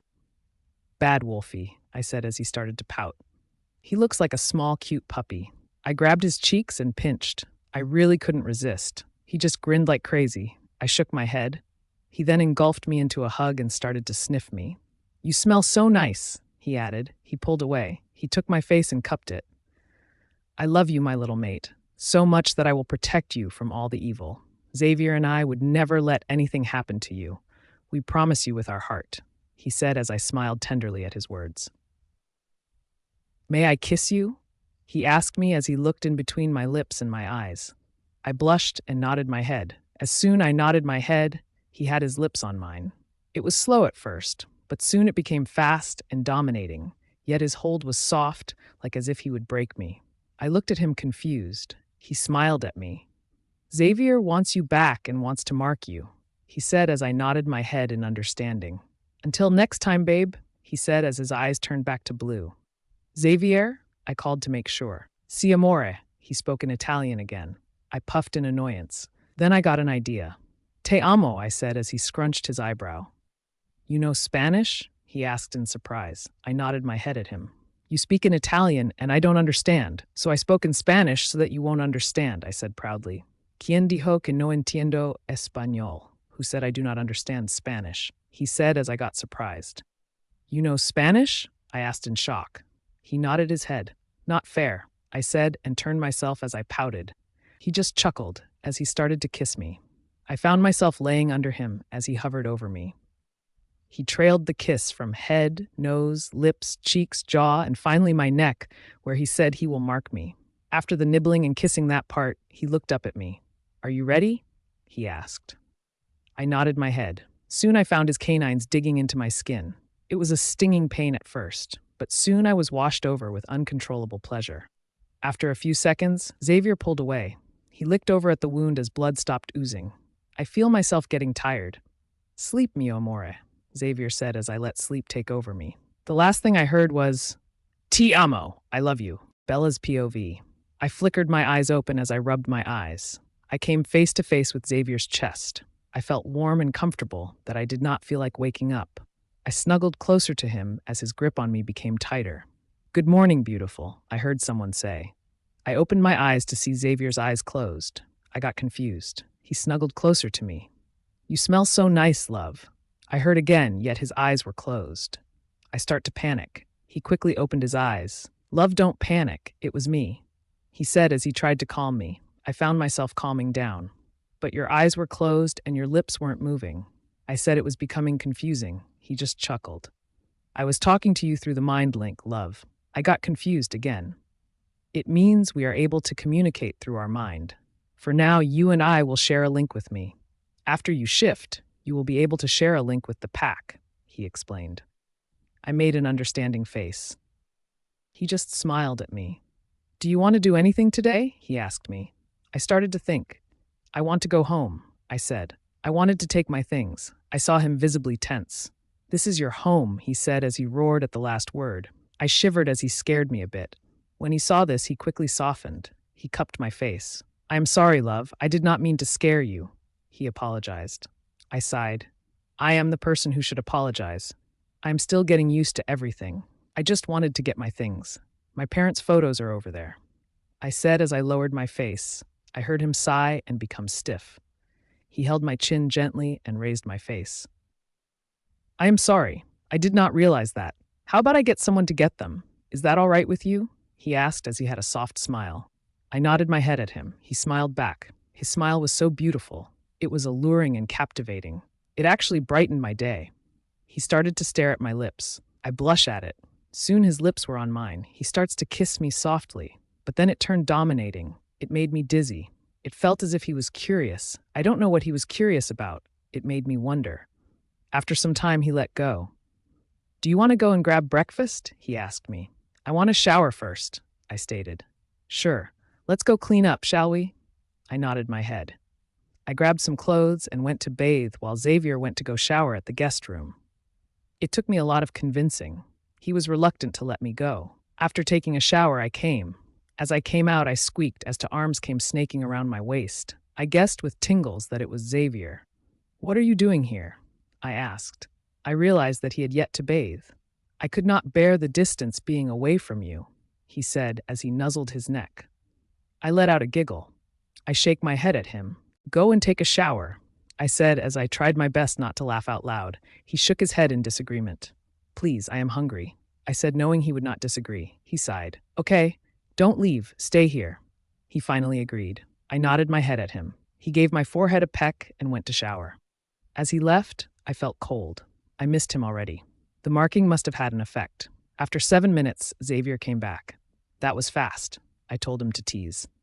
As soon as he came out the door, he hugged me. I hugged him back because I missed him also. This is so weird. Let's go and have breakfast, shall we, love? He asked as I nodded my head at him. He took my hands and intertwined them. It fitted perfectly. It was like my hands were made to fit with his. I smiled at the thought. Soon we were in the kitchen. What would you like to eat, love? He asked me as he took some utensils. May I have waffles, please? I asked as I got excited about waffles. Sure, love anything for you, he said as he smiled at me. He starts to mix the ingredients. I hummed to myself as I remembered a random song. You have a nice voice, love. I blushed. Thank you. Soon he was done and we started to eat. We were talking on random topics. Soon we were done, and when I wanted the dishes, he insisted he would do them. After some time, a few people came and dropped off some boxes. Xavier told me that they were my stuff from my house. I quickly grabbed one of the boxes and pulled Xavier to sit with me in the living room. I opened the box and came face to face with the albums. I took them out and showed them the pictures. I was smiling and giggling throughout everything as I showed him the pictures and described them. I came across a picture I remembered, but one thing I don't remember was a boy there who was about 15 years old. I never knew who this boy was. This picture was taken when I was about 9 years old. I told Xavier as I looked up to see his face. His eyes were glued to the picture. Xavier, what happened? I asked as he concentrated on the picture. That's me, love. What Bella's POV? That's me, love, Xavier said. To say I was shocked will be an understatement. I cannot believe my ears. I saw a tear drop from his eyes. Xav, what happened? I asked as I panicked. I cupped his face as I wiped the tear away. I remember everything, Bella. Everything that happened in the 6 months, how I met your parents, the accident, and you, he said as he looked at me intensively. Really? I asked as I was shocked. He got his memories back. What do you remember? I asked. I was curious. You, he said. Me? I questioned. Yes, you, the 9-year-old girl. Whenever my parents brought me to your house, I always looked forward to see you. I never approached you. You were so caring and kind. I wanted to approach you, talk to you, and become your friends. But I did not want to pull you into my messed up life. So I stayed away from you and watched you from far, playing games. You used to pout every time your mom did not give you ice cream or cookies, he said as he smiled at the memories. I was surprised by his confession. I just remembered. The boy in the photo used to stare at me. When I looked at him, he will turn away. Guess at the end of the day, you are meant to be dragged into my messed up life, he said with a sad smile. Hey, I love your messed up life. I was not dragged into your messed up life, I said as if I was talking to a small child. He just smiled at me. I smiled back at him. Soon he was leaning in. When he was about to kiss me, Noah came barging in. I swear, Noah, you have the worst timing, he said while glaring Noah. I giggle as Noah smirked and burst off laughing, which made me laugh out loud too. You think this is funny, love? He asked, as gave me a playful smirk. I tried to control my laughter while shaking my head. Keyword tried. I burst into another fits of laughter. Keep laughing, both of you, he said as he playfully glared at us. You think this is funny, love? Wait till tonight. I will show you what does funny means. He whispered in my ears in a husky voice. It made me shiver. He had an effect on me that made me shiver down my spine whenever he is close to me, and he knows that too. I blushed and turned away. What are you doing here, Noah? Xavier asked Noah. I came to remind you that you have to go London tomorrow for the Alpha meeting, Noah said. When Noah said finished, Xavier tensed. Xavier nodded and Noah left. He grabbed my hand and led us to our room while I followed quietly. Once we were in our room, he sat while he sat me down beside him. Love, I have to go to the Alpha's meeting tomorrow. You cannot come as we have yet to finish the mating process. I hope you can understand, he said. I understand, Xavier. Don't worry about me, I reassured him. Thank you, love. I am going to miss you a lot. I really don't want to go, but I have to. I am so sorry, love, he said as he hugged me. It's okay, you have nothing to apologize for, I said while hugging him back. Do you want to do anything? I cleared my schedule so that I can spend the day with you, he said, asked me. Can we go to the gardens, please? I asked as I jumped up and down. He chuckled while smiling. We went there and spent our time there. I plucked my favorite flowers, which were white, pink, and red roses. They were my favorites. After that, we just sat in the grass, talking. We were talking about random and weird things. Soon it started to get dark and we decided to go inside. Once we're inside, Xavier did dinner for us, which consists pasta.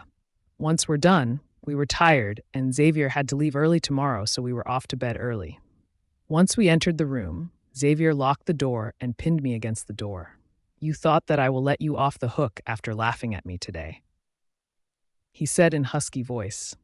I am sorry, I said. Your sorry is not valid in here, baby girl, he said. Soon his lips were in mine. It was harsh and dominating. I am yours, only yours, he roared softly. I nodded my head. He took my hands and placed at his chest right above where his heart beats. I blushed yet smiled as I felt his heart beat.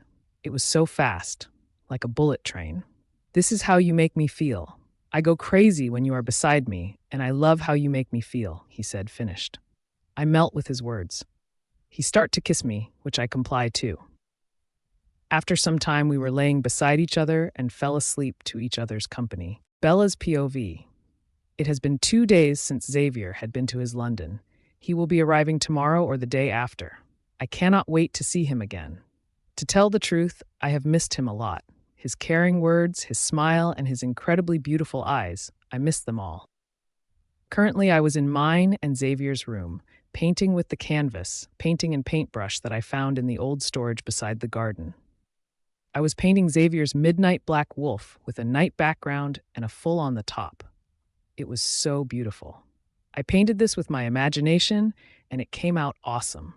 Once I was done, I was doing the last few amendments when I suddenly heard a squeaky sound followed by a cold breeze. I turn around to see the window opened. That was weird. I remember closing the window. Without thinking much of it, I went to close it again. After taking a glance, I closed the window and turned back. Soon, there was a black-gloved hand covering my mouth from screaming. I widened my eyes at realization to see a stranger in the room. I began to struggle when, whom I am assuming a man, tried to tighten the hold he has on me.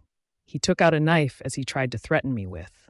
But when I tried to struggle more, the knife came in contact with my arm and slashed my skin as blood splattered at my painting in a line. You are coming with me, Katonak, he whispered to me. His voice made me disgusted. I tried to struggle and take his hands off of me, but up to no vein. Soon he induced me with an injection and my body started to become paralyzed. I just succumbed to the darkness, unable to fight anymore. The last thought in my head was, save me, Xavier. Xavier's POV. I was currently at my plane flying back home. I am supposed to be returning back home tomorrow, but since the meeting has been finished, I decided to go back. I missed Bella so much that I cannot wait to see her beautiful face again. I had yet to inform her about my early arrival, wanting to surprise her. I smile at the thought of her surprised face as she runs to hug me. Damien has been whining to meet his mate as he missed her too. Can't blame him. I miss her so much. Her breathtaking smile, her giggles, and the damn blush she has whenever I tease her. Gosh, I am whipped. She has me wrapped around her tiny little finger without even her knowing. I could give her the world if she wants, but she would never agree to that. She's a very simple yet drop-dead gorgeous girl. I love that about her, even when it frustrates me sometimes. She would always decline expensive things. The way her hands fitted mine was as if her hands were sculptured just to be held by mine. It fits perfectly. Without her hands in mine now, it's so cold. As I was thinking about my gorgeous mate, Damien starts to jump around suddenly. I did not understand and called out to him, but met with silence. After a couple of minutes, the bodyguard assigned to Bella called me. Scrunching my eyebrows in confusion as to why he is calling late at night, I hesitantly answered. Cody, why are you calling at night? I asked him. I hear him breathing heavily, which doesn't make me feel good. I feel something bad has happened. Alpha, Luna is missing. We searched everywhere but were unable to locate her. As he said that, a loud growl echoed around the plane. What do you mean by she is gone? You were assigned to guard her. I roared. Seeing me, the air hostess scurried away, feeling my anger.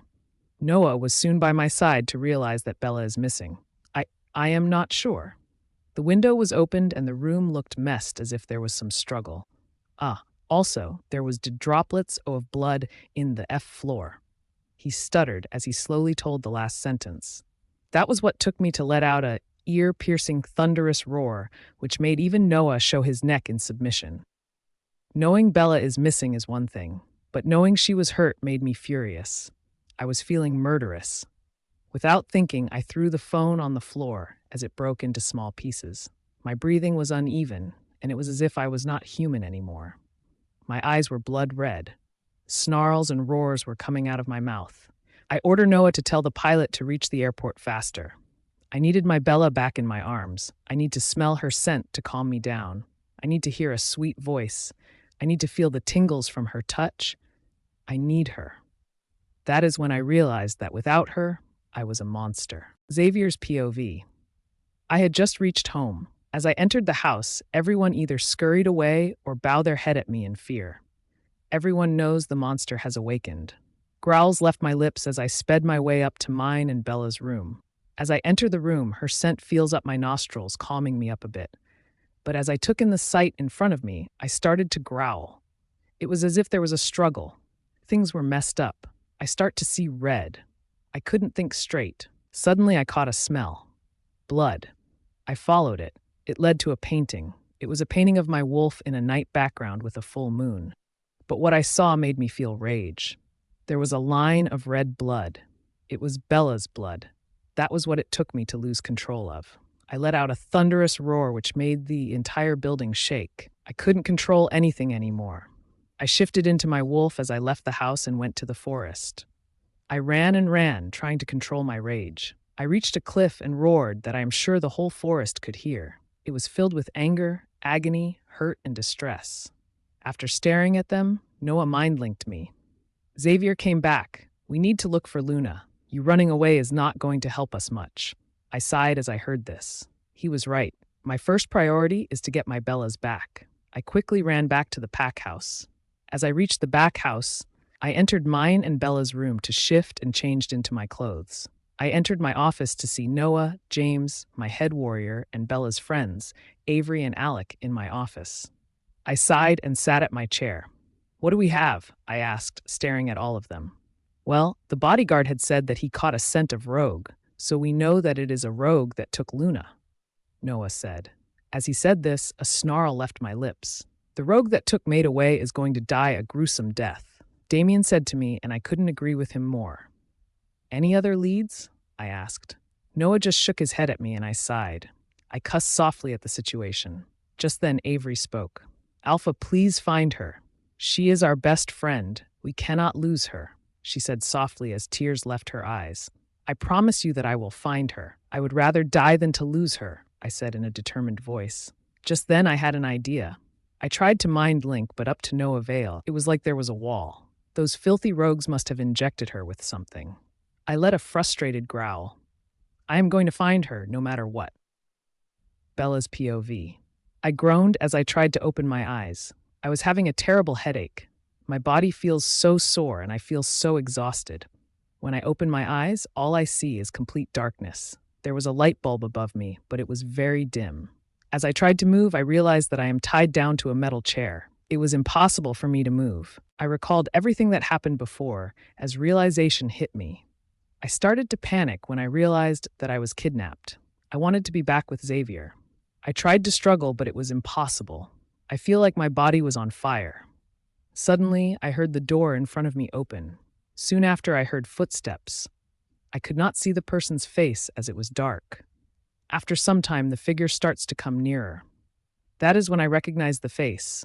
It was the person who kidnapped me. He raised an eyebrow at me as he looked at me. Who are you and what do you want with me? I asked him. He just shook his head at me. Be patient. Let the boss come, he said to me. What do you want? Who is that? I asked him in confusion. Just you wait, he said as he gave me a smirk. I wiggled, trying to get out. Seeing this, he just laughed, knowing I am unable to escape. Please let me go. I tried begging me, but all I received was snicker. Knowing it was pointless, I just hung my head down. Soon he left as I was to wait for the boss. I was left with complete silence. I tried to mind link Xavier, like how he thought me, but failed. I felt useless right now. I just hope Xavier finds me fast. I am feeling scared. I am missing Xavier a lot. I started to feel tired. I was going into darkness. My last thought before I fell into darkness was, please find me, Xavier. Bella's POV. It has been 2 days since I was kidnapped. No one was yet to walk in from the door. I was just sitting here tied up. My whole body is numbed considering how long I have sat here. I was tired and weak. I have lost some blood due to the cut. They also starved me. I was not given water or food, which makes me even weaker. I am trying to stay strong. I have hoped that Xavier would find me and save me. I just wish he would save me in time. Suddenly, a loud bam sound was heard.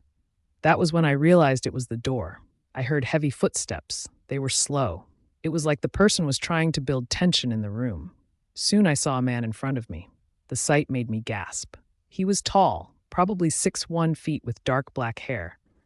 He had a big slash mark on his face that went from his eyebrow to his chin. He wore ripped jeans and a black t-shirt. He looked bulky, and his aura sent shivers down my spine. He looks really intimidating. He was soon in front of me as he got hold of a chunk of hair and tugged at them harshly. I felt like the hair was going to get ripped out. He gave me a sinister smirk. Well, look who we have here. Xavier's human mate. He spat. I just quiver at the pain he was giving me. Who are you and what do you want? I stuttered out. He let out a booming laugh. Who am I? Well, let's just say that you are going to pay for your pathetic mate's mistake. He snarled out. What do you mean? I was confused. Your mate did this to me, he said as he pointed to the scar. He made me a rogue. He made me run for my life. Now you are going to pay for that, he said as he smirked at me. As he said that, I got scared. Please let me go, I cried. He just shakes his head with an evil smile. Do you want to know why your mate banished me from the pack? He asked me. I just kept quiet. Soon he had slapped me. Answer me, he yelled at my face. I just nodded my head. Well, you see, I had a different kind of mindset than the others. I always picked fights with pack members, slept with dozens of women, and etc. But one day I got high. I saw a woman who I don't even know the name of, he said as he was thinking of that day. I shuddered in disgust. It inflicted fear in me.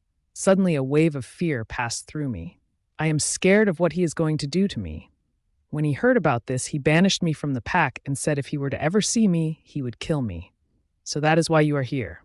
He just laughed at my scared form. Xavier will come and save me, I said as I tried to be confident.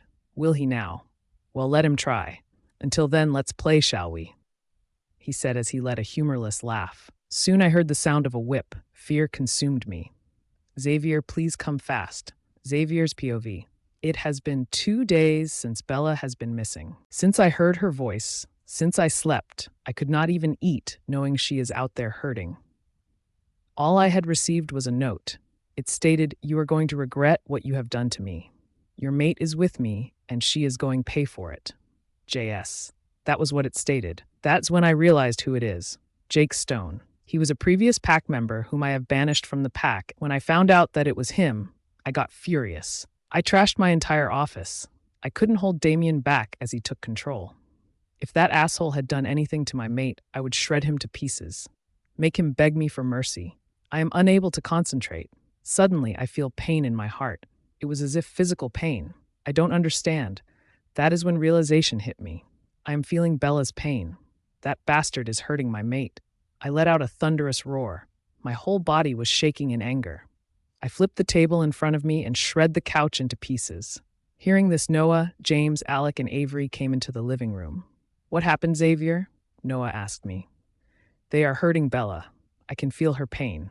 I kept rambling. I just can't control anymore. Suddenly my head warrior barged in. All our heads whipped to him. Alpha, our tracker, caught Luna's scent to the west. As he said that, my eyes went wide. Gather the pack warrior. Ask the tracker to narrow down the location. Now, I commanded him. He nodded his head at me and scurried off. I look at the 4 pairs of eyes looking at me. "Let's go and save your Luna," I said with a smirk. They howled in agreement.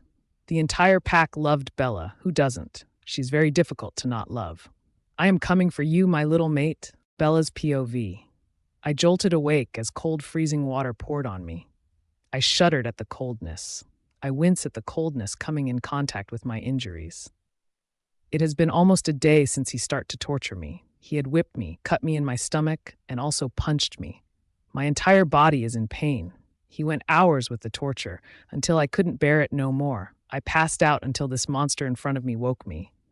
I am unable to endure it anymore. My entire body has cuts and whips, slashes. Tears would not stop flowing. As he stares at me, he looks at me like I am his masterpiece. I'm crying in pain that he inflicted on me. He just laughed at me. He takes a sharp knife and cuts across my stomach at the same place he had a few hours ago. I scream at agony. He just smiles at me as if it was normal. He takes the knife and lightly grazes it over the skin in my cheeks as my tears fall free. I am enduring all this pain in hopes that Xavier would come and save me. "You know, I actually like you. From what I heard, you are a very nice person, but unfortunately, you are mated to a monster like him." At this, I sat up straight. "He is no monster. If anyone is a monster, it's you. I see," he just chuckled. "That is so much trust on your mate," he stated. He dropped the knife he was carrying and walked towards me. He crouched to my level and stared at me. Then, his eyes landed on my mark. He traced it with his fingers. I cringed at his touch on my mark. "Now let's get to the final game, shall we?" he said as my eyes went wide. What is he going to do? "You have a beautiful mark. I am going to mark it. Do you know what it will do? It will make your body burn like fire. Xavier will also feel the same agony, and I am going to watch the sight," he said as my face paled. I was paralyzed by what he told me. I started to struggle. Knowing it is useless, he just laughed at my attempt. He suddenly slapped me, which made me giddy. Everything was blurry. In the blur, I can see his face nearing me. I also was able to see his canines were out. Tears started to flow heavier. I kept praying Xavier would come now. Guess luck was on my side as I heard a loud noise from outside. At the sound, he retreated his canines back. He stepped back and listened. Growls and roars were heard. In moments, the door to the room slammed open, which made the door fall in the ground. I faintly see a figure entering. I am unable to make out who it is. As the figure came closer, I was shocked. It was Xavier. He was wearing only jeans. He was covered in blood. He had black eyes, meaning Damien was in control. His canines were out. The man who kidnapped me stood behind me. Damien was looking directly at the man standing behind me. My head was tilted to the side as I was trying not to lose consciousness. The man quickly grabbed me as he ripped me away from the chair. I winced as pain shot up my body. His claws were out as he pressed it against my neck. Damien saw this as his eyes became soft and turned blue, indicating Xavier was back in control. "You take another step in front and I will rip her head off," the man threatened. A loud, thunderous roar left Xavier's mouth, and in one quick swift, the man was ripped away from me as I fell to the ground. As I fall, I lose consciousness. The last thing I saw was that Xavier had the man pinned down. With that darkness consumed me. Xavier's POV. I had Jake pinned down. I looked directly at his eyes as I saw fear in his eyes. "I said if I saw you next time I would kill, didn't I? Yet you had the audacity to kidnap my mate." I yelled at him, which he winced. I was shaking in rage. After seeing his claws against my mate, Damien lost control as I took over control. He whimpered at the sight of me. My hands went through his chest as his heart beat against my palm. When he saw this, his face paled. Without any hesitation, I ripped his heart out. It did not satisfy me or Damien. We ripped him limb by limb, and at last we ripped his head off. As I saw his lifeless body, I smirked. Soon I turned around searching for my mate. As I saw her angelic body in the ground, I ran and grabbed as I put her in my lap. "Mate! Mate! Mate!" Damien howled in sadness. I listened for a heartbeat, and she had it, but it was slow. No. Wake up, love. Please open your eyes and look at me." I begged as I shook, but she wouldn't bulge. I quickly grabbed her and ran at my wolf speed. As I came out, I saw those rogue bodies outside. My pack bowed their heads in respect. Noah, James, Alec, and Avery came to me, and as they saw Bella unconscious, they gasped. I mind-linked them saying I'm bringing her to the infirmary. I got in the car, we came and drove like crazy back to the pack house. I kept glancing at Bella and listening to her heartbeat.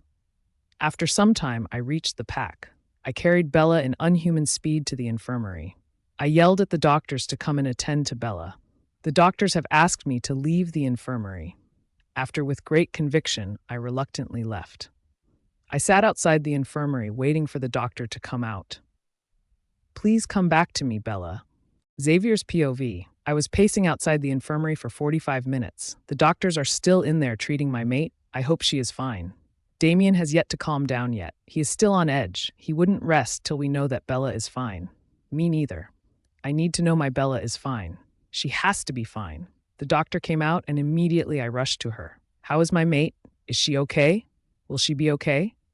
I bombarded her with questions. Alpha, calm down. The Luna is fine, she said. That is when I released the breath that I was keeping. She is fine. She was through so much pain that was impossible to endure since she is human. That is why she passed out. She is taking a rest now.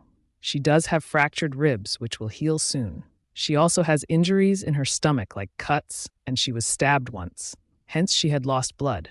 But now she is fine as we have done blood transfusion. She won't be able to walk for a week or two. She has to be well taken care of. When she said finish, my blood was boiling. I wanted to go back and rip him into pieces again. I tried to calm down for my Bella.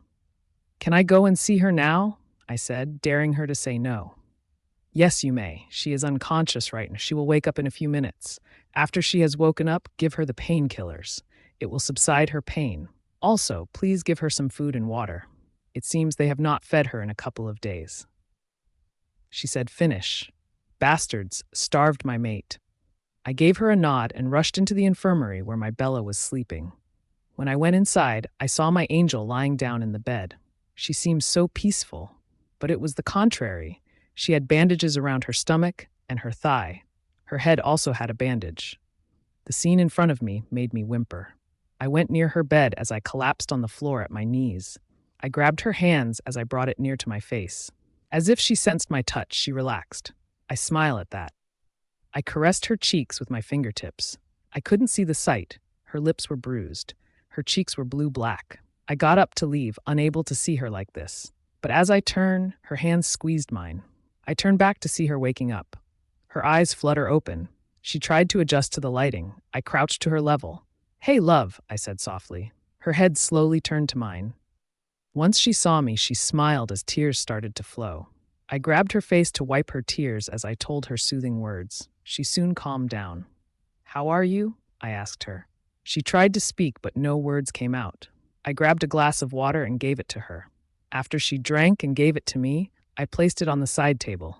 I am okay, just having slight pain, she said as she tried to sit up. I quickly helped her to sit up.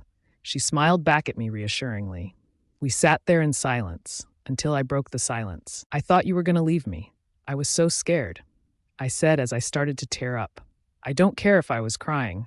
I was really scared she was going to leave. Her soft hands cupped my face and made me face her. She brought me closer to her as she squirted away from me. I will never leave you, I promise you. Not now, not ever. I knew you would come and save me. I trust you. You are my knight in shining armor, she said as we both laughed at the last part. Soon she was hugging me with my head in her chest, her arms around my head as she softly combed my head to calm me. I hugged her back. I hugged her tight to reassure myself she was here. As I hugged her a bit more tightly, she winced. That is when I realized about her injuries. I am so sorry. Gosh, I am so stupid, I rambled. She just chuckled at my behavior and squeezed my hand, saying she was fine. I remembered the doctor asked me to give her medicine. I smiled, knowing she was going to protest. She hates medicine. As I stood, I went to grab her medicine. Once she saw that she protested. I don't want the medicine, she said as she pouted at me. I just chuckled. Love, please. It will help you ease the pain, I said as I tried to reason with her. She kept refusing. Finally, after much convincing, she agreed. She started to feel tired. She moved to the side. I stared at her confused. Come and sleep. You look tired, she said as she patted the spot. I did not need to be told twice for that. I laid beside her as I rested my head on her chest and hugged her as she had her chin on top of my head. We both were quite tired of talking. Finally, I have her in arms, where she belongs. I sighed in happiness and slept. At last, Bella's POV. It has been almost a month since I was kidnapped. I have healed, and there were only marks left, which are fading too. Xavier has been very protective since then. Not that I am complaining. Currently, we are in the backyard as the entire pack is watching a movie together. I thought it would be a great idea for all of us to spend some time together. Hence, I planned this bonding time. Currently, I am wrapped around Xavier's arm while watching Avengers Civil War. To my side was Avery wrapped around in Noah's arms, while in left was Alec and James. The pack was in front of us with either their mate beside or their pups. I sighed in content as I saw this. It was heartwarming to know everyone is happy. I snuggled into Xavier's arms more as he hugged me tightly and he nuzzled his nose in my neck. I will never get used to this, I guess. What are you thinking about? He whispered to me. I looked up at him and smiled. Nothing. I said as I smiled warmly as he just kissed my neck and I sighed at the feeling. Soon the movie ended. The pack member and us stood up to walk back into the pack house. As I turned and walked, I realized nobody was walking. I turned around and saw everyone, including Xavier, standing there smiling. I got confused and raised my eyebrows at them. They just smiled. Suddenly, Xavier did the most unbelievable thing. He was on his knee. I stood there shocked. Mio amore. I have loved you since I laid my eyes at you. You were the most gorgeous woman that I have ever seen. The moment I looked into your eyes, I saw my future. I want to have my present, future, and my pups with you. I want to love you forever and ever. So would you do the honor and be my wife? Will you marry me, my love? He said as my eyes started water. Xavier's POV. She stood there stunned. She had tears. I was scared shitless, thinking she might say no. Both me and my wolf. Seconds felt like hours as she was silent. The entire pack was looking at us. Love, my knee hurts. So, I trailed off. She snapped out of her daze and came running to me. She lunged herself at me as the both of us felt backwards. Yes, yes, yes, she kept saying as she kissed my face. Relief washed me and Damien when she said that. I hugged her tightly, not wanting to let go, scared this is dream. But no, this was real. She said yes. I stood up with her in my arms as I spun her around. Her laughter was mixed with the pack's laughter and cheers. After getting congratulated by the entire pack, Bella and I made our way back to our rooms. Once we were in our room, I shut the door. I picked Bella up and placed her in the bed and kissed her. The kiss held love, passion, truth, promises, and lust. I had no fear of the future, knowing she would be there. With her beside me, I am capable of anything. She is my strength, my love, my future, my happiness, my life. 7 years later, Bella's POV. Ash came back. I called out to my 2-year-old son. It has been almost 7 years since Xavier and I married. Within a month of him proposing, we got married. Apparently, he couldn't wait. I have 4 sons and 1 daughter. The oldest son, 6 years old, is Gabriel. He looks exactly like Xavier. His eyes, nose, and hair. He was a Xerox copy of Xavier. My second son, 4 years old, is Diego. He was named after my dad. When Xavier said this, I was crying with happiness.